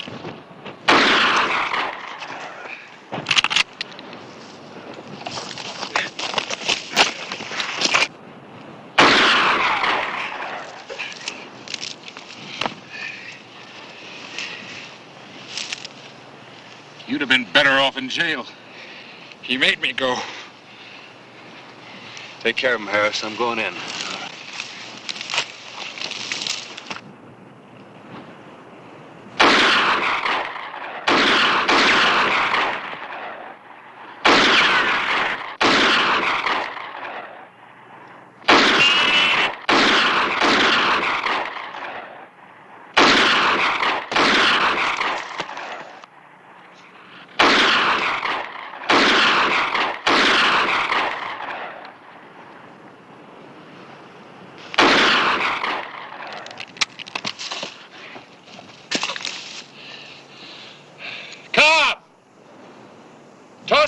rifle and stand up. I know you're about out of shells. Now, do you walk down or do I carry you out?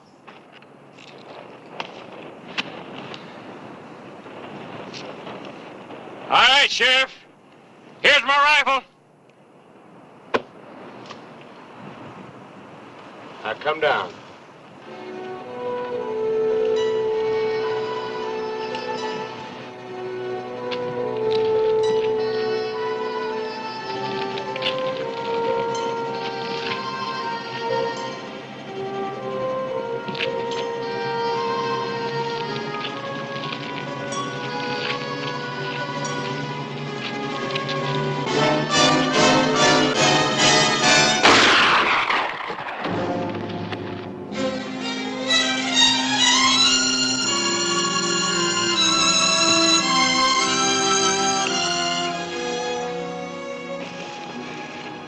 Undertaker will have to come back up and take care of him. Let's get you back to town before you lose any more blood.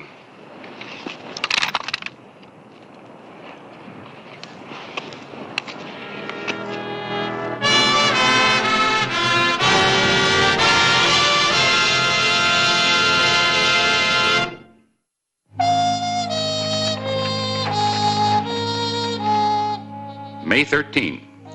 Things seem to have quieted down in Tombstone, except for the editor, who was trying to do 3 days' work in one. Well, hello there. Hello, Mr. Clyburn.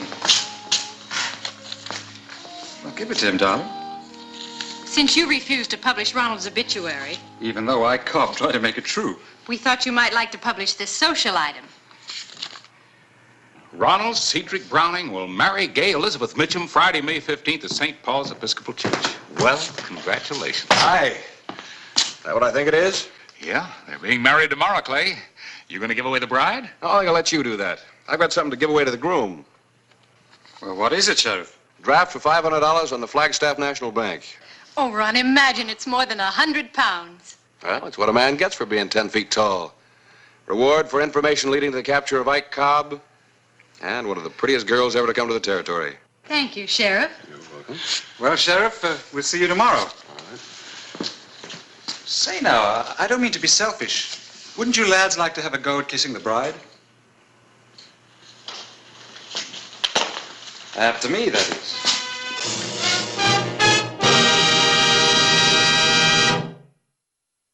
Whistle me up a memory, whistle me back where I wanna be, whistle a tune that'll carry me to Tombstone territory.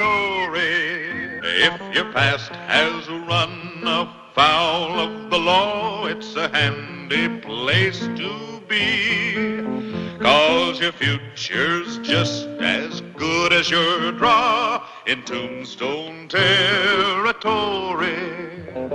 Whistle me up a memory, whistle me back where I wanna be, to Tombstone territory.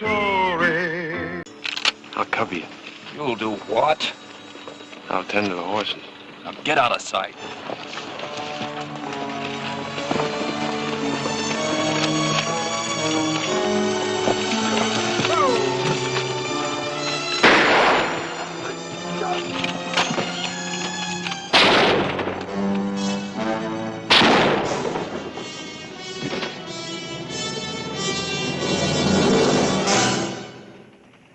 The box.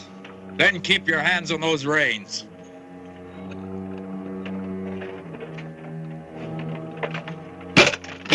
You inside. Get out here.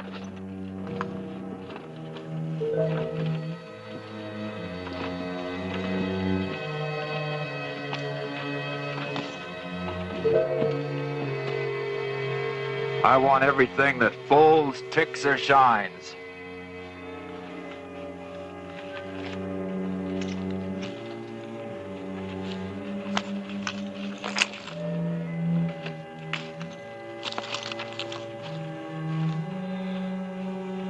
I said everything, including that book. I'm a journalist. These are my notes. They can't be of any value to you. I don't want no stories. Just hand it over.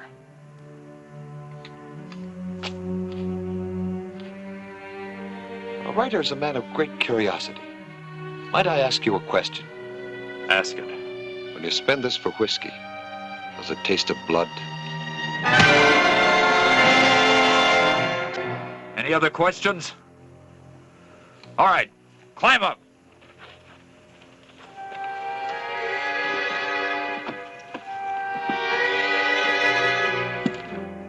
I want to see dust all the way to Tombstone.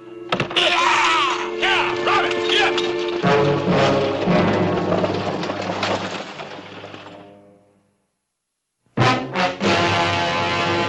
An actual account from the pages of my newspaper, the Tombstone Epitaph.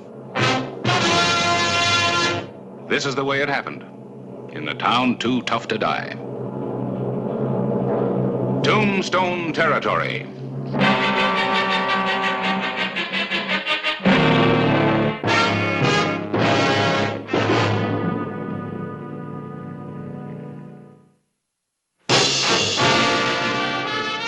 Didn't you get a good look at him, Dan? No, he was wearing a mask. I saw his gun, though. He shot the guard down quicker than you could spit and say howdy. Yeah. All right, folks. Thanks very much for the information. You're not going after him alone, are you, Clay? He's a killer. I'm not alone.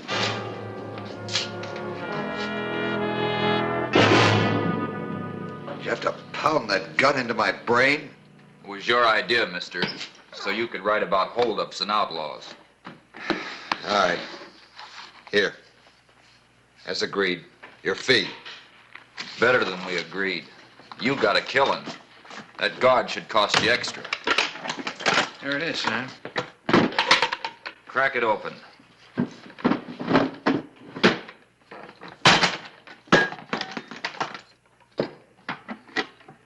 Busted flush, Sam. It's almost empty.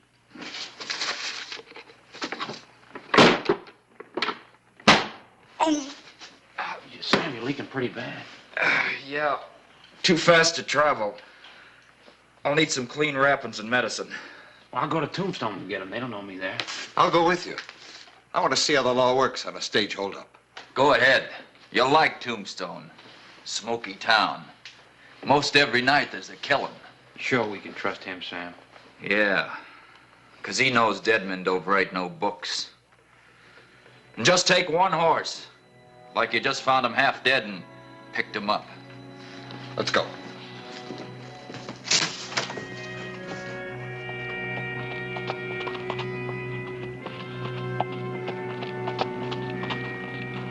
Ryder coming.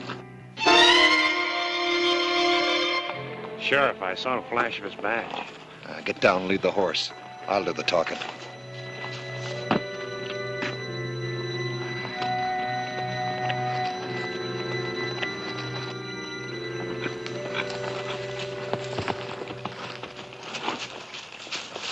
Oh. You fellas mind telling me who you are? My name is Pell, Sheriff. J. Pell from Philadelphia. You the rider that was pistol whipped after the stage holdup? That's me. Oh, this is Tim Grannis. He happened along and picked me up out of the dirt. It was horrible, Sheriff, seeing a man shot down like that. I'd like to work closely with you on this case, if you'll allow me, sir. Give our readers back east a real-life picture of Western justice. You were within arm's length of the killer. When I get back to the office, you come in and check over the wanted posters. Certainly. Anything I can do to help. Good enough. Ride easy, Sheriff.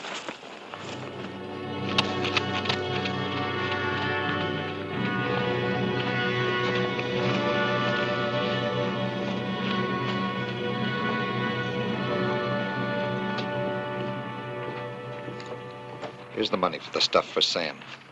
I'll meet you in Lordsburg Sunday. I need more money than that, friend. I paid Sam in full. This weed has been tumbling since it left Yuma prison.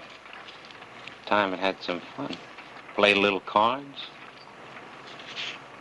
I'm waiting, pal. All right. Here.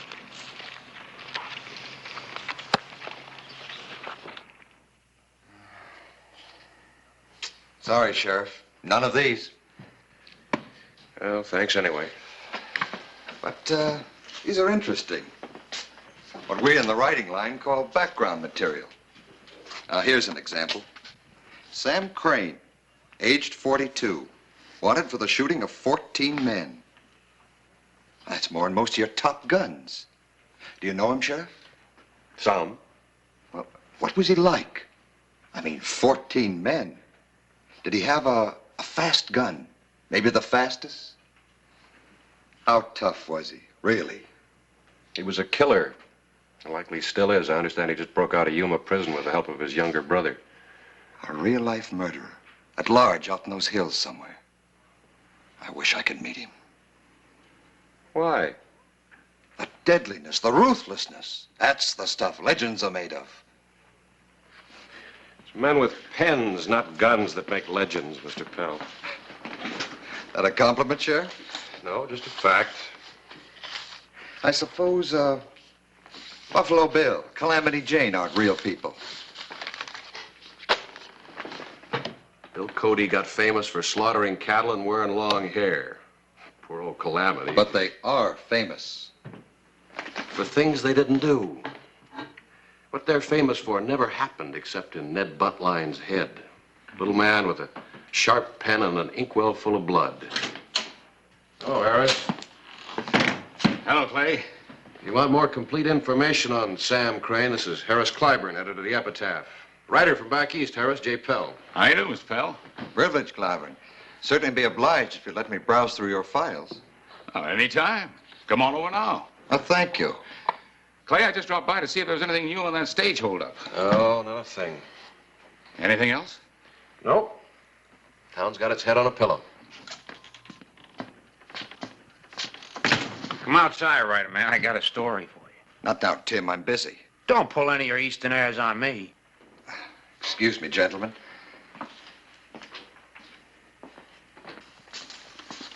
Come on, Tim. Let's go.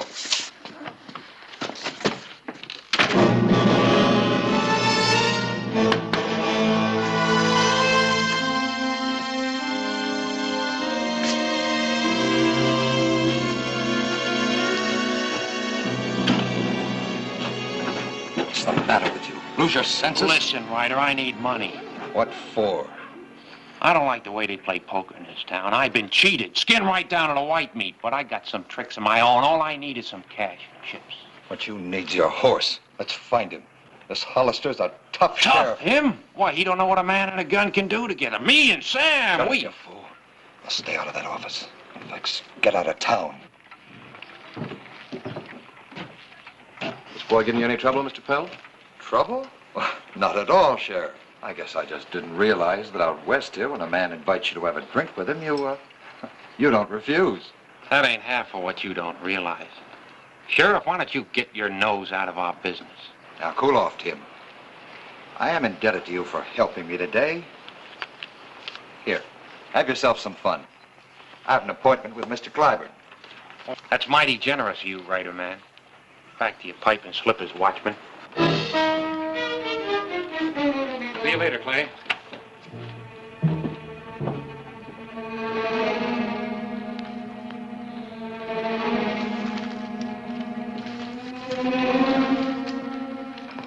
Did you find what you're after?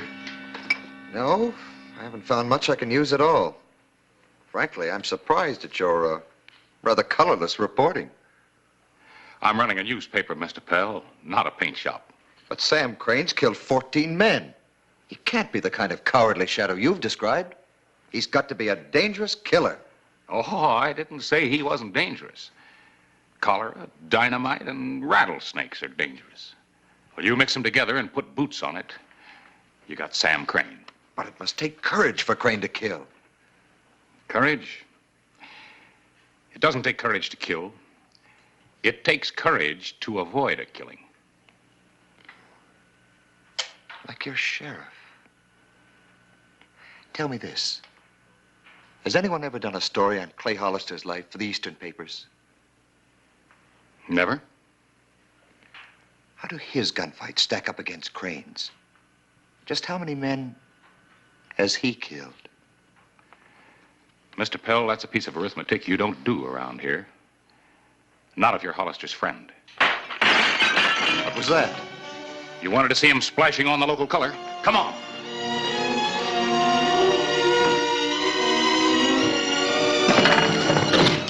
What's the matter, Tin Horn? Won't you fight for your money?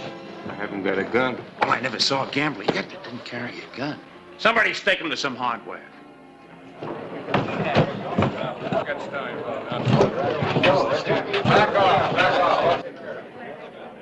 What's the matter? You all yellow? I heard that Tombstone was as wild as a half-skinned grizzly. You better put up the gun, cowboy. Well, if it ain't the sheriff. Put up the gun or I'll jail you. Maybe, maybe not. Maybe you can't climb over bullets.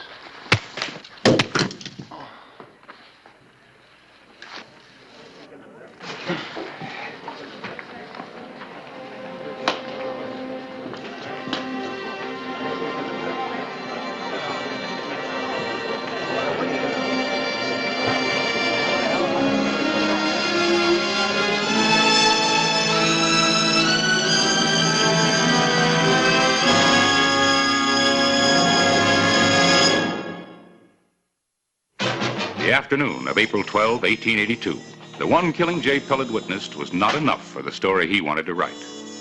He was determined to do something about it. Sheriff? Hello, Mr. Pell.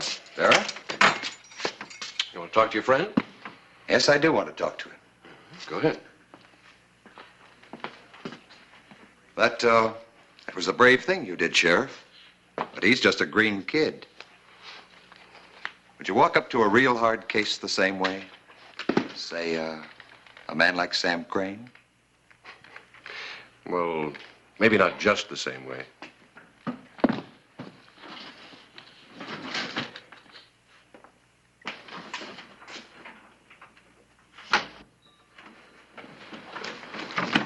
You gotta get me out of here somehow. I'm tired of scrubbing up these jail floors.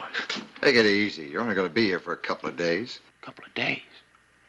Look, pal, you gotta get that medicine to Sam. How?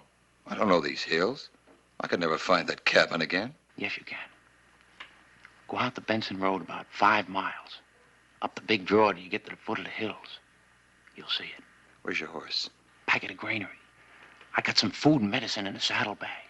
Hurry up, Sam. May need it bad by now. What'll I tell Sam? You got thrown in jail? No. Tell him my horse fell and I jerked my knee loose. And I'll meet you in Lordsburg on Sunday. It's a pretty big jail. You may not get it all scrubbed up by Sunday.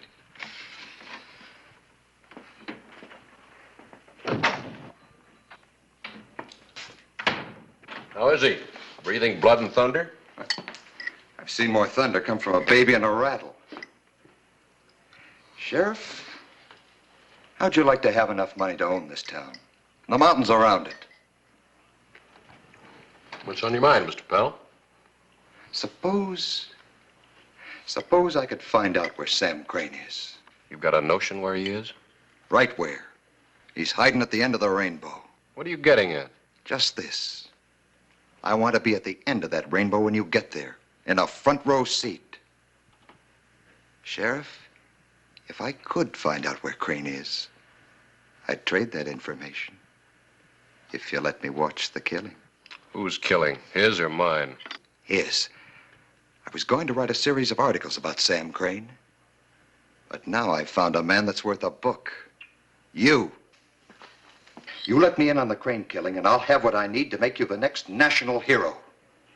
Me? I guarantee it. Lecture tours, star of your show, circus, travel abroad, audiences with royalty. You can become a legend, Hollister. Stop right there, Mr. Pell. Leave me alone to finish my supper. Maybe you didn't hear me right. Now listen. I heard you. And you heard me. Get out.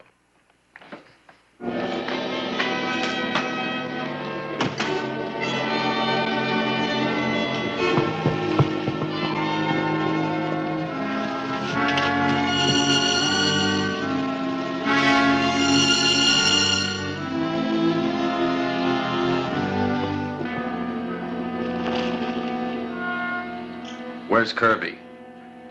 How come you found your way back here? You're okay, Sam? Wound healing? Yeah, I dug the bullet out with my knife. Where's the boy? That's what I rode out to tell you, Sam. Kirby told me the way. That tin horn sheriff jailed him. The law got Kirby? What for? Hollister claimed he was cheating at poker. He gun-whipped him, Sam. Beat him half to death and ran him in. Served him right, brainless kid. Pell, did he talk too much? I hate to say it, Sam. I'm afraid he did. At least enough for the sheriff to guess he knew something about the stage holdup. I knew it. I knew someday that kid in his mouth. The sheriff said he was going to keep him locked up until he told everything. Do you think he'll really talk, Sam? Like a coyote under the full moon. You know the layout of that Tombstone jail? Oh, yeah. And you want to see a real shootout? You want a dead sheriff for supper? Sam, you got away with this. You kill that sheriff and spring your brother. And I'll make them forget Hardin and Tom Horn. I'll make you as big as Jesse James or Billy the Kid. That was just big enough to fit in a pine box. Come on, let's mount up.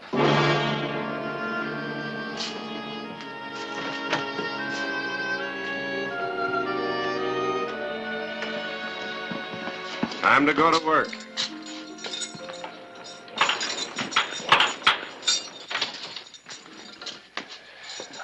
After you get all this licked down nice, Quint here will find some more house cleaning for you in the office. I'd start waving them up.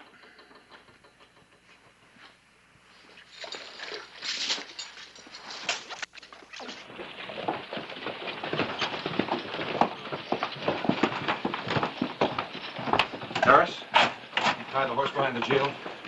Yeah. And the boy was watching. I could see him through the bars. Good. What makes you think he'll make a break for it? Hunch?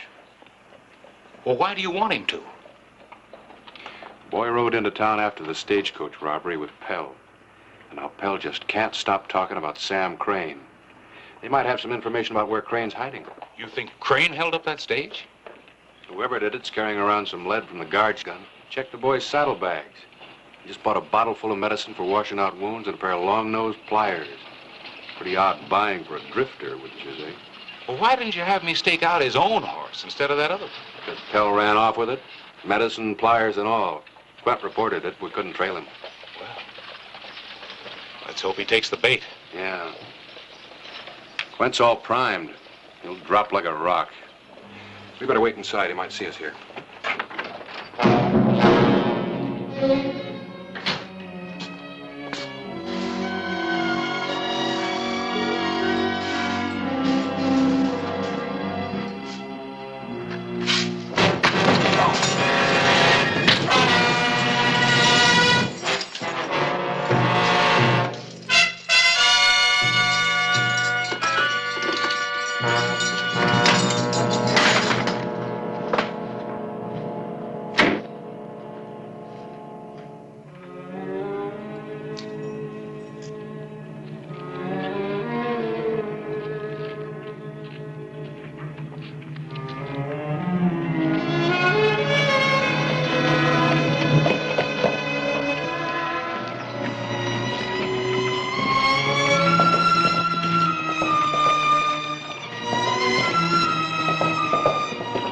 I guess I can start setting type.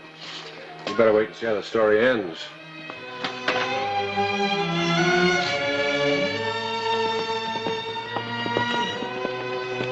Rider coming. Take cover.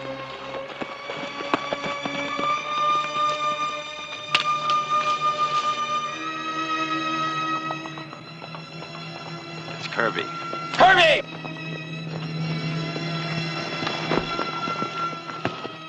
Sam, you're all right. You're riding. Yeah. How come you are? Well, I broke out. That sheriff had me swapping floors. I saw a horse tied out back, and I broke. Swamping floors? You don't look beat up. Kirby, how much did you tell him? I didn't tell him nothing. Pell here says that sheriff beat your brains out, and you started blabbing. He hit me once, but I didn't tell him nothing. Remember, I'm a writer. I color up the facts some. Enough to send me straight into that sheriff's guns, trying to shoot my brother out of the Tombstone jail. Now, you're being melodramatic. Him and me both, mister, and you're right in the middle, not off to one side, taking notes. Sam, him and that sheriff were so close they could have been wearing the same hat. You came west looking for something to write. You just found it. Your death warrant. No, Sam. I swear it. I'll make you famous and rich. Don't shoot me. There's lots of ways to kill snakes. Shooting's one of them. It's Hollister. Don't shoot. You'll warn him. Get behind those rocks. Go crossfire them.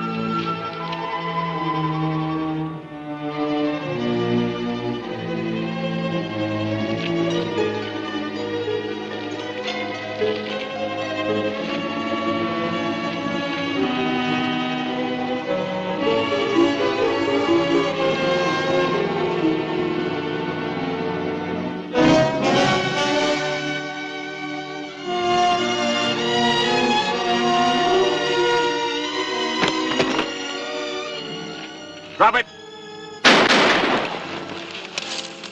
Sam, shoot!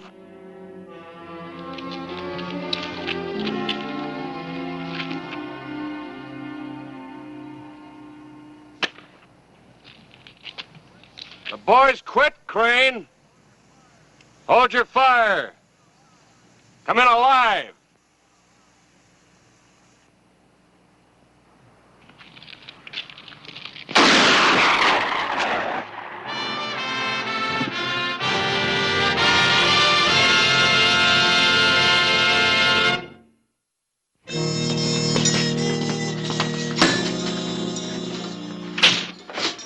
I knew you'd change your mind, Hollister.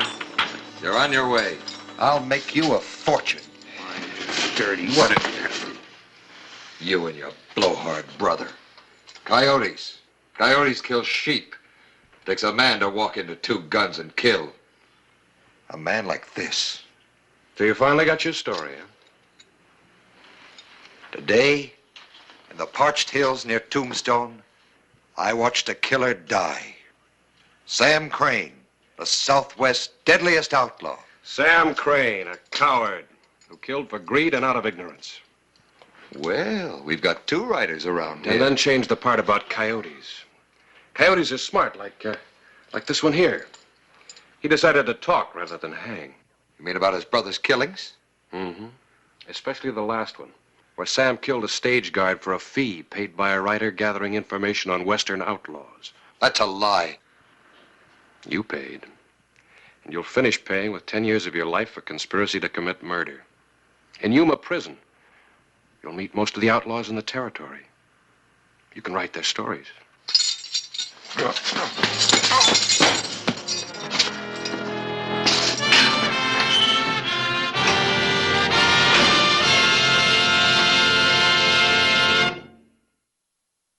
Whistle me up a memory.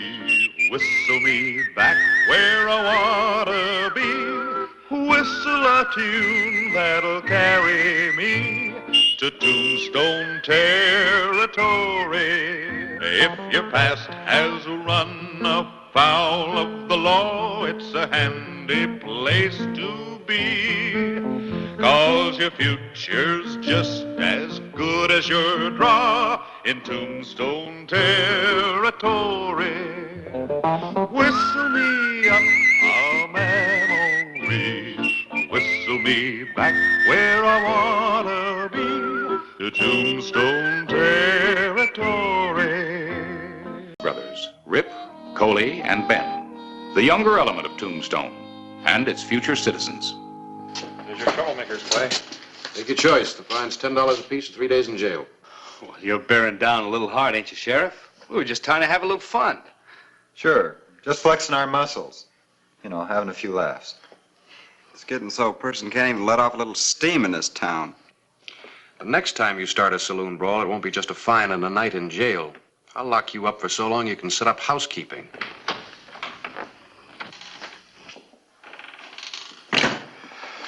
It's about time.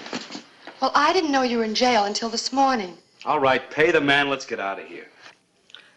I'm sorry about my brother, Sheriff. How much is their fine? $10 apiece, Miss Thomas. They won't listen to me, so I'm going to tell you. Maybe you can talk some sense into them. Well, they'll listen to me, and they better. They've got to grow up and start acting their age. We can do without the lectures. That goes for you too, Hollister. Because if they don't, they're going to wind up killing somebody or getting killed themselves.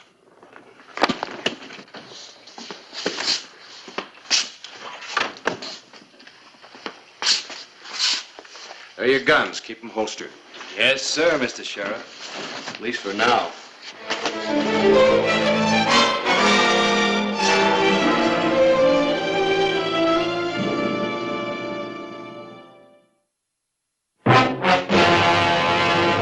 An actual account from the pages of my newspaper, the Tombstone Epitaph.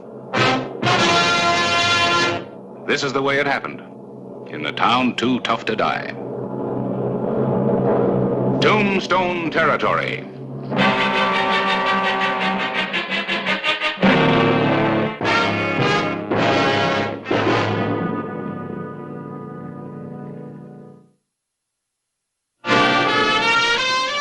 The Thomas brothers were important to Tombstone. They were the future of the town. And the way things had been going lately, Sheriff Clay Hollister had good reason to be concerned about them.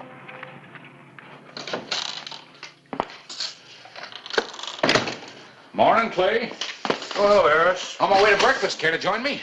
No thanks. I'm not hungry. I've just had a stomach full of the Thomas brothers. It's the third time this month I've had to hold them in. You ought to keep a permanent cell for them. Charge rent. A second home, so to speak. Uh-oh, trouble.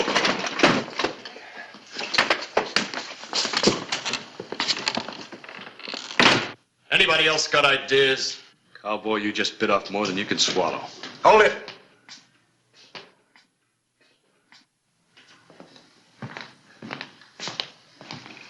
Give me the gun. I'm walking out of here, Sheriff. Don't try stopping me. Give me the gun.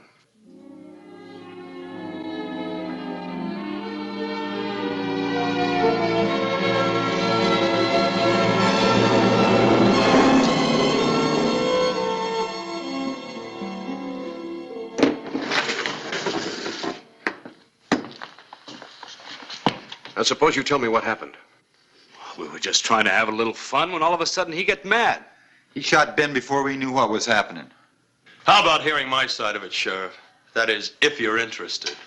I'm interested. Let's go.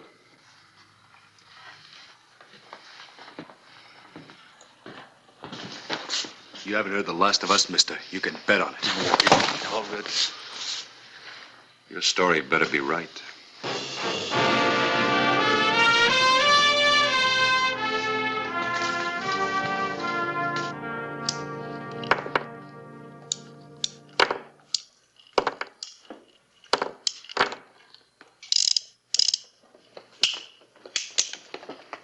You settled down enough yet to start talking? I didn't ride into this town looking for trouble, Sheriff. All I wanted was a job. I warned them twice to leave me alone, but no, they had to keep calling me a saddle bum and a drifter. Got a lot of laughs out of everybody. Then, accidentally, on purpose, one of them spilled his drink on me. So you were paid the compliment by shooting him? Talking doesn't get through to some people, Sheriff. They have to be shown. Well, that little demonstration may get you a term in jail. You ever had trouble with the law before? If you mean locked up, no. Well, I'm sorry to spoil your record. Let's go.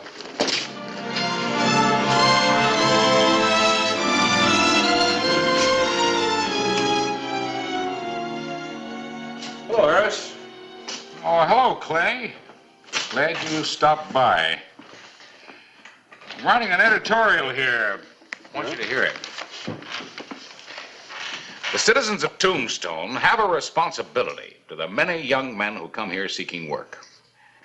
Let us demonstrate our friendship by offering them a fair chance at jobs and the opportunity to become decent citizens. Tolerance will make our community a better place to live. Well, then it goes on, but that's the idea. What do you think? Oh, I think the same as you. Just come from a long talk with Judge Parker. We talked about Paul Hayden. I guess he's the one who started this. The kid needs a break, no doubt about it. Judge has given him one. He's put him on probation. Oh, Clay, I think that's an excellent idea. Of course, there are going to be some problems, but between the two of us, I think we can work them out.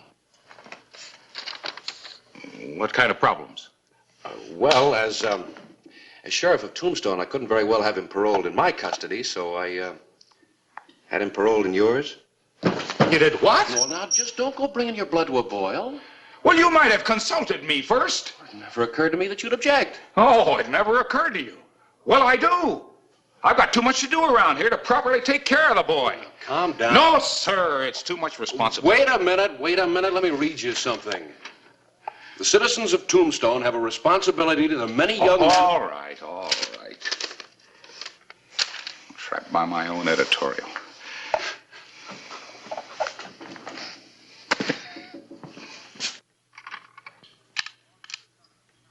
Paul, you better start a new paragraph here. Well, hello, Karen. This is a pleasant surprise. Hello, Mr. Claiborne. I was just passing by and remembered I hadn't renewed my subscription to the paper. Oh, shucks. I thought perhaps this was a personal call. Oh, excuse me. Paul, having such an attractive young lady in the office almost made me forget my manners. Miss Karen Thomas, this is my new assistant, Paul Hayden. Pleased to meet you, Miss Thomas. Hello. Well, I better pay you and run along. I don't want to be late for the bank. If you have a moment, I'll write you out a receipt for this. Oh, that won't be necessary, Mr. Claiborne. Nice to have met you, Mr. Hayden. Pleasure. Karen, wait a minute. I just remembered I have some business at the bank myself. Paul, would you take this over and get me some change for it? How do you want it? I don't care. Nickels, dimes, quarters. No reason for you to walk to the bank alone.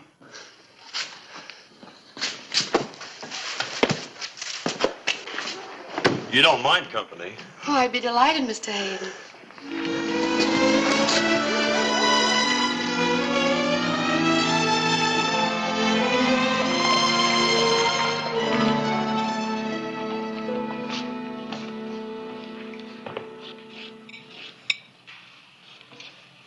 Hey, Paul.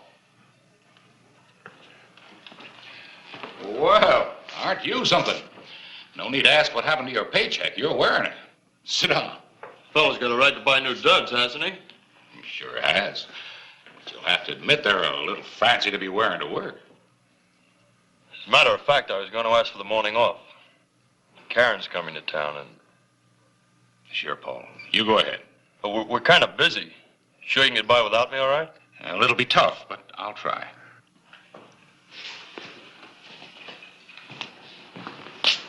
Well, now, look who's just leaving. Well, just the man I've been looking for. It's time we settle with this drifter. Nice looking hat. Mind if I look it over for a while? I've been thinking about getting me a new hat. Fitting that over swelled head of yours is going to be a job. Let's have the hat back. Sure, Drifter.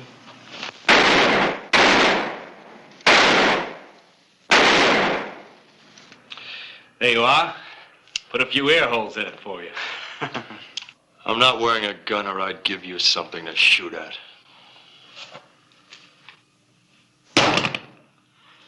Now, you wanted a gun? There it is. Leave it, Paul. He's on probation. He can't do any fighting. But I can. Well, it's all right with me if you want to stick your nose in this. Is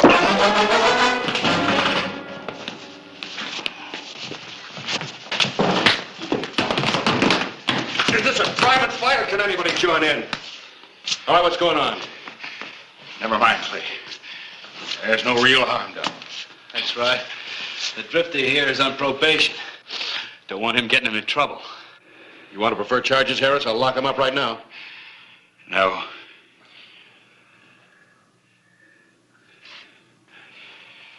But they pay for the hat. How much was it? $5. It's a pretty expensive target. It was worth every penny of it. And I got some advice for you, Drifter. Keep away from my sister. And if I don't? The next time we shoot at that hat, you'll be wearing it.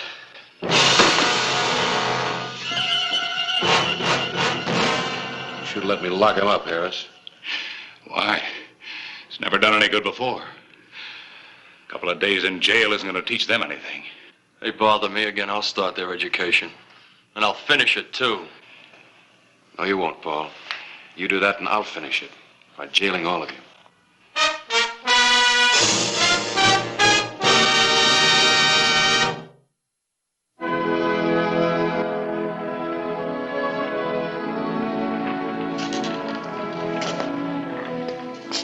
Although Paul Hayden had only been in Tombstone a short time, he had run into trouble with the Thomas brothers twice.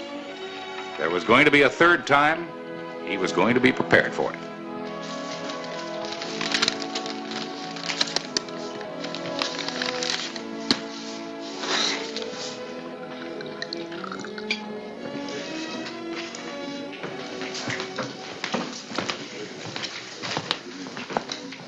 Hello, Paul? Been shopping? Picked up my shirts at the laundry. Looks like a lot of starch in your shirts. You know, I could swear I just saw you coming out of the gun shop. Probably some other fellow.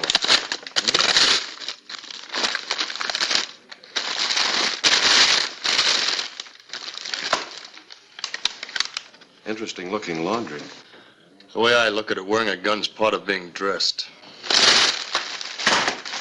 Probation law doesn't agree with you. It says you can't carry a gun or leave town. Does it say what I'm supposed to do about Rip Thomas and his brothers? No, but I can tell you. Grin and bear it. Yeah. They're not pushing you around. Would you rather serve out your sentence in jail? Look, Paul, you got a good job and you met a nice girl. Could be worse. I'll keep out of trouble. All right. And you won't need this. Take it back, get you a refund.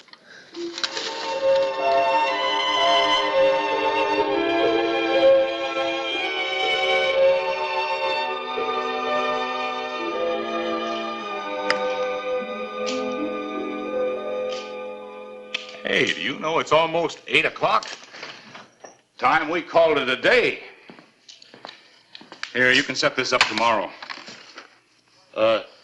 Mr. Clyburn, I think I'd like to stay here and finish this tonight. Oh? Well, if you're going to wait, I will too. I've got plenty I can do. Mr. Clyburn, go home? Well, how do you like that? Thrown out of my own office. Say hello to Karen for me. I hope you don't mind us meeting here like this. Of course not. Not the most romantic spot you can find, but, well, at least it's private. Thank you very much, Mr. Clyburn. Good night, Paul.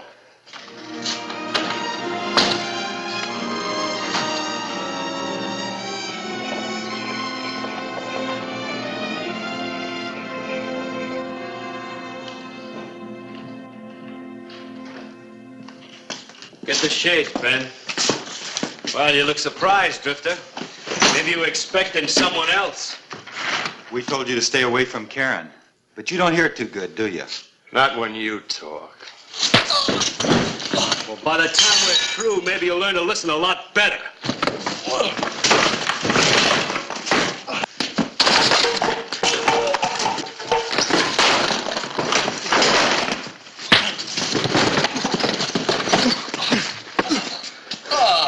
You got off lucky, Drifter. You keep away from Karen, and next time we'll kill you.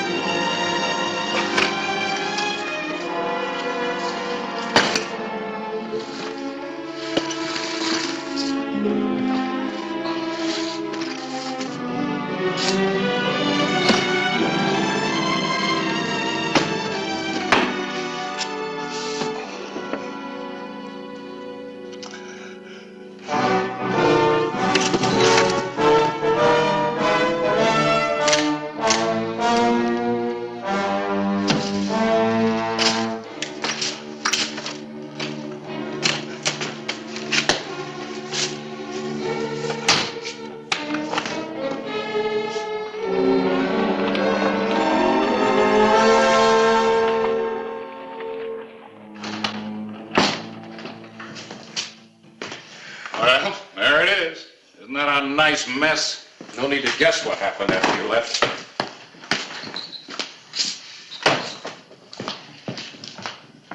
I checked Paul's rooming house. He wasn't there. And his horse is missing from the livery stable. If he's left town, he's in trouble. The boy would have been just fine if Rip and his brothers had left him alone. I'll take care of them later. Right now, I'm more concerned about Paul. Harris, where do you keep your rifle? Here.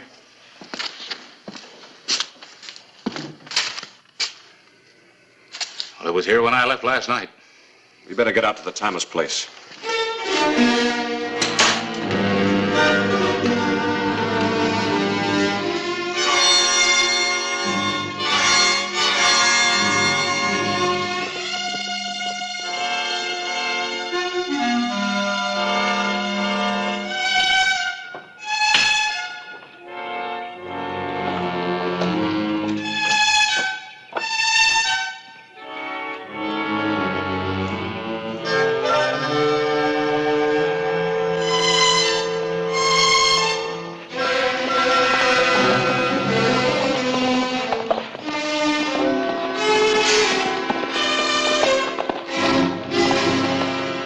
We're just going in town after you, Hollister. Glad you showed up. I'll bet you are. Particularly after what happened to my place last night. Have you seen Paul? A drifter? No. But when we do... He was here. And when he left, he took Karen with him. Now, they couldn't have gone very far, because I heard Karen moving around in the house about an hour ago. Him running off is a violation of his probation, isn't it, Hollister? I'll bring him back. Well, you go right ahead, Sheriff. We'll just look for Karen. Yeah, and when we find her, if she just happens to be with that drifter, well, that's his tough luck. Okay, let's go.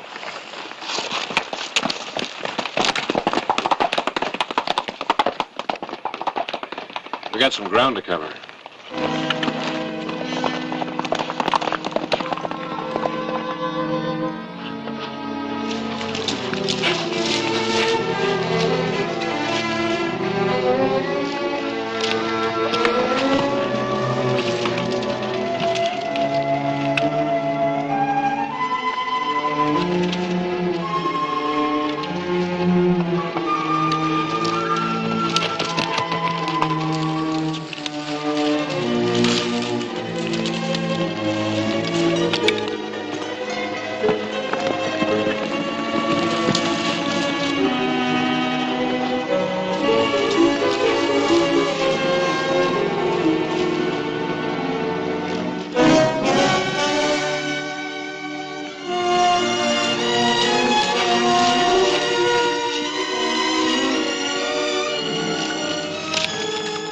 Clay, what happens if he won't go back with us? He will.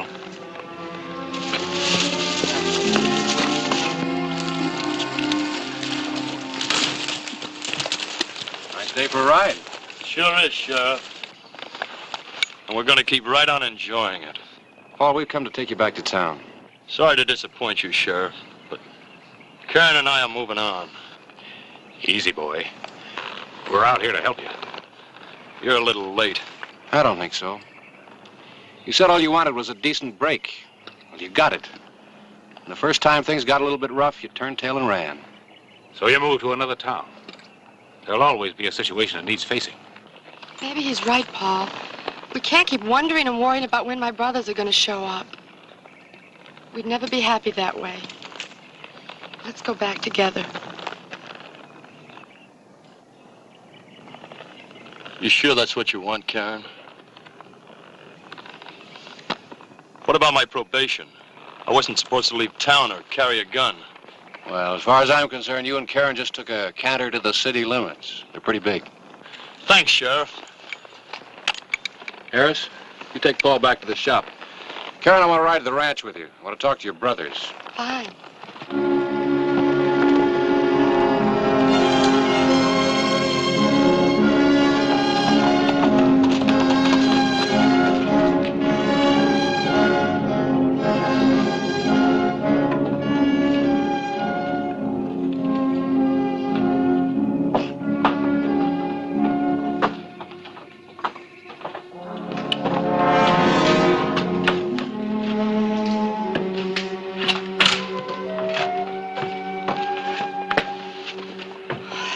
awfully angry, Mr. Hollister. So am I.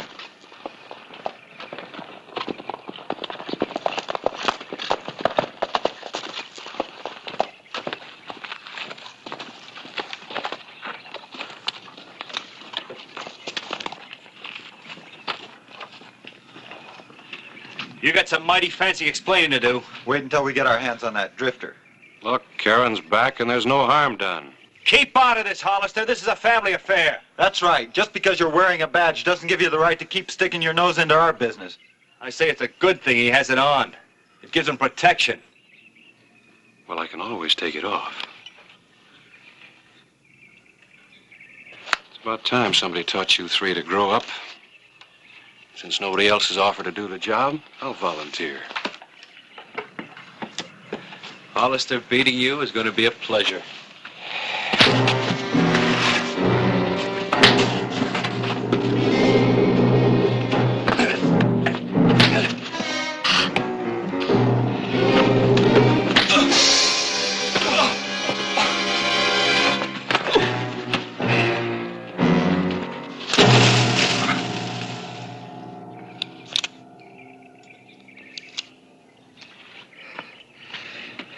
You want to try next? You betcha.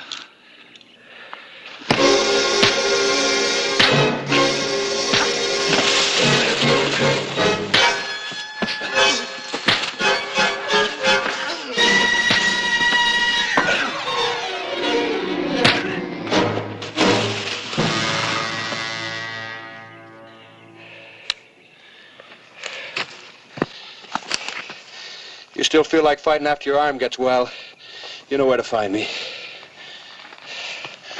I want you and your brothers in my office tomorrow morning at 10. Thanks.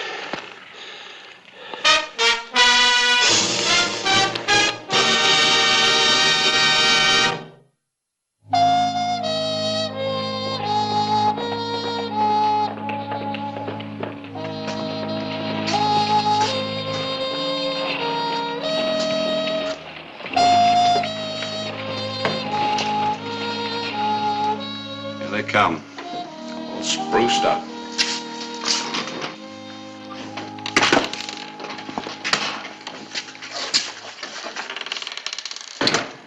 Well, you're right on time. I was going to lock all three of you up. Figured a jail term would do you good. Since the damages to the epitaph office have been paid and Paul here doesn't want to prefer charges, you're free to go. You mean you ain't going to press charges? Sheriff Hollister kept me from going to jail, and I thought I should pass on the favor. Oh, don't just stand there looking foolish. Shake hands. I'd like to apologize. Mom, forget it. Me too. About time you showed some judgment. It must have been that licking you gave us. Sort of helped us grow up. Yeah, the hard way. Speaking of growing up, we all look a little older today.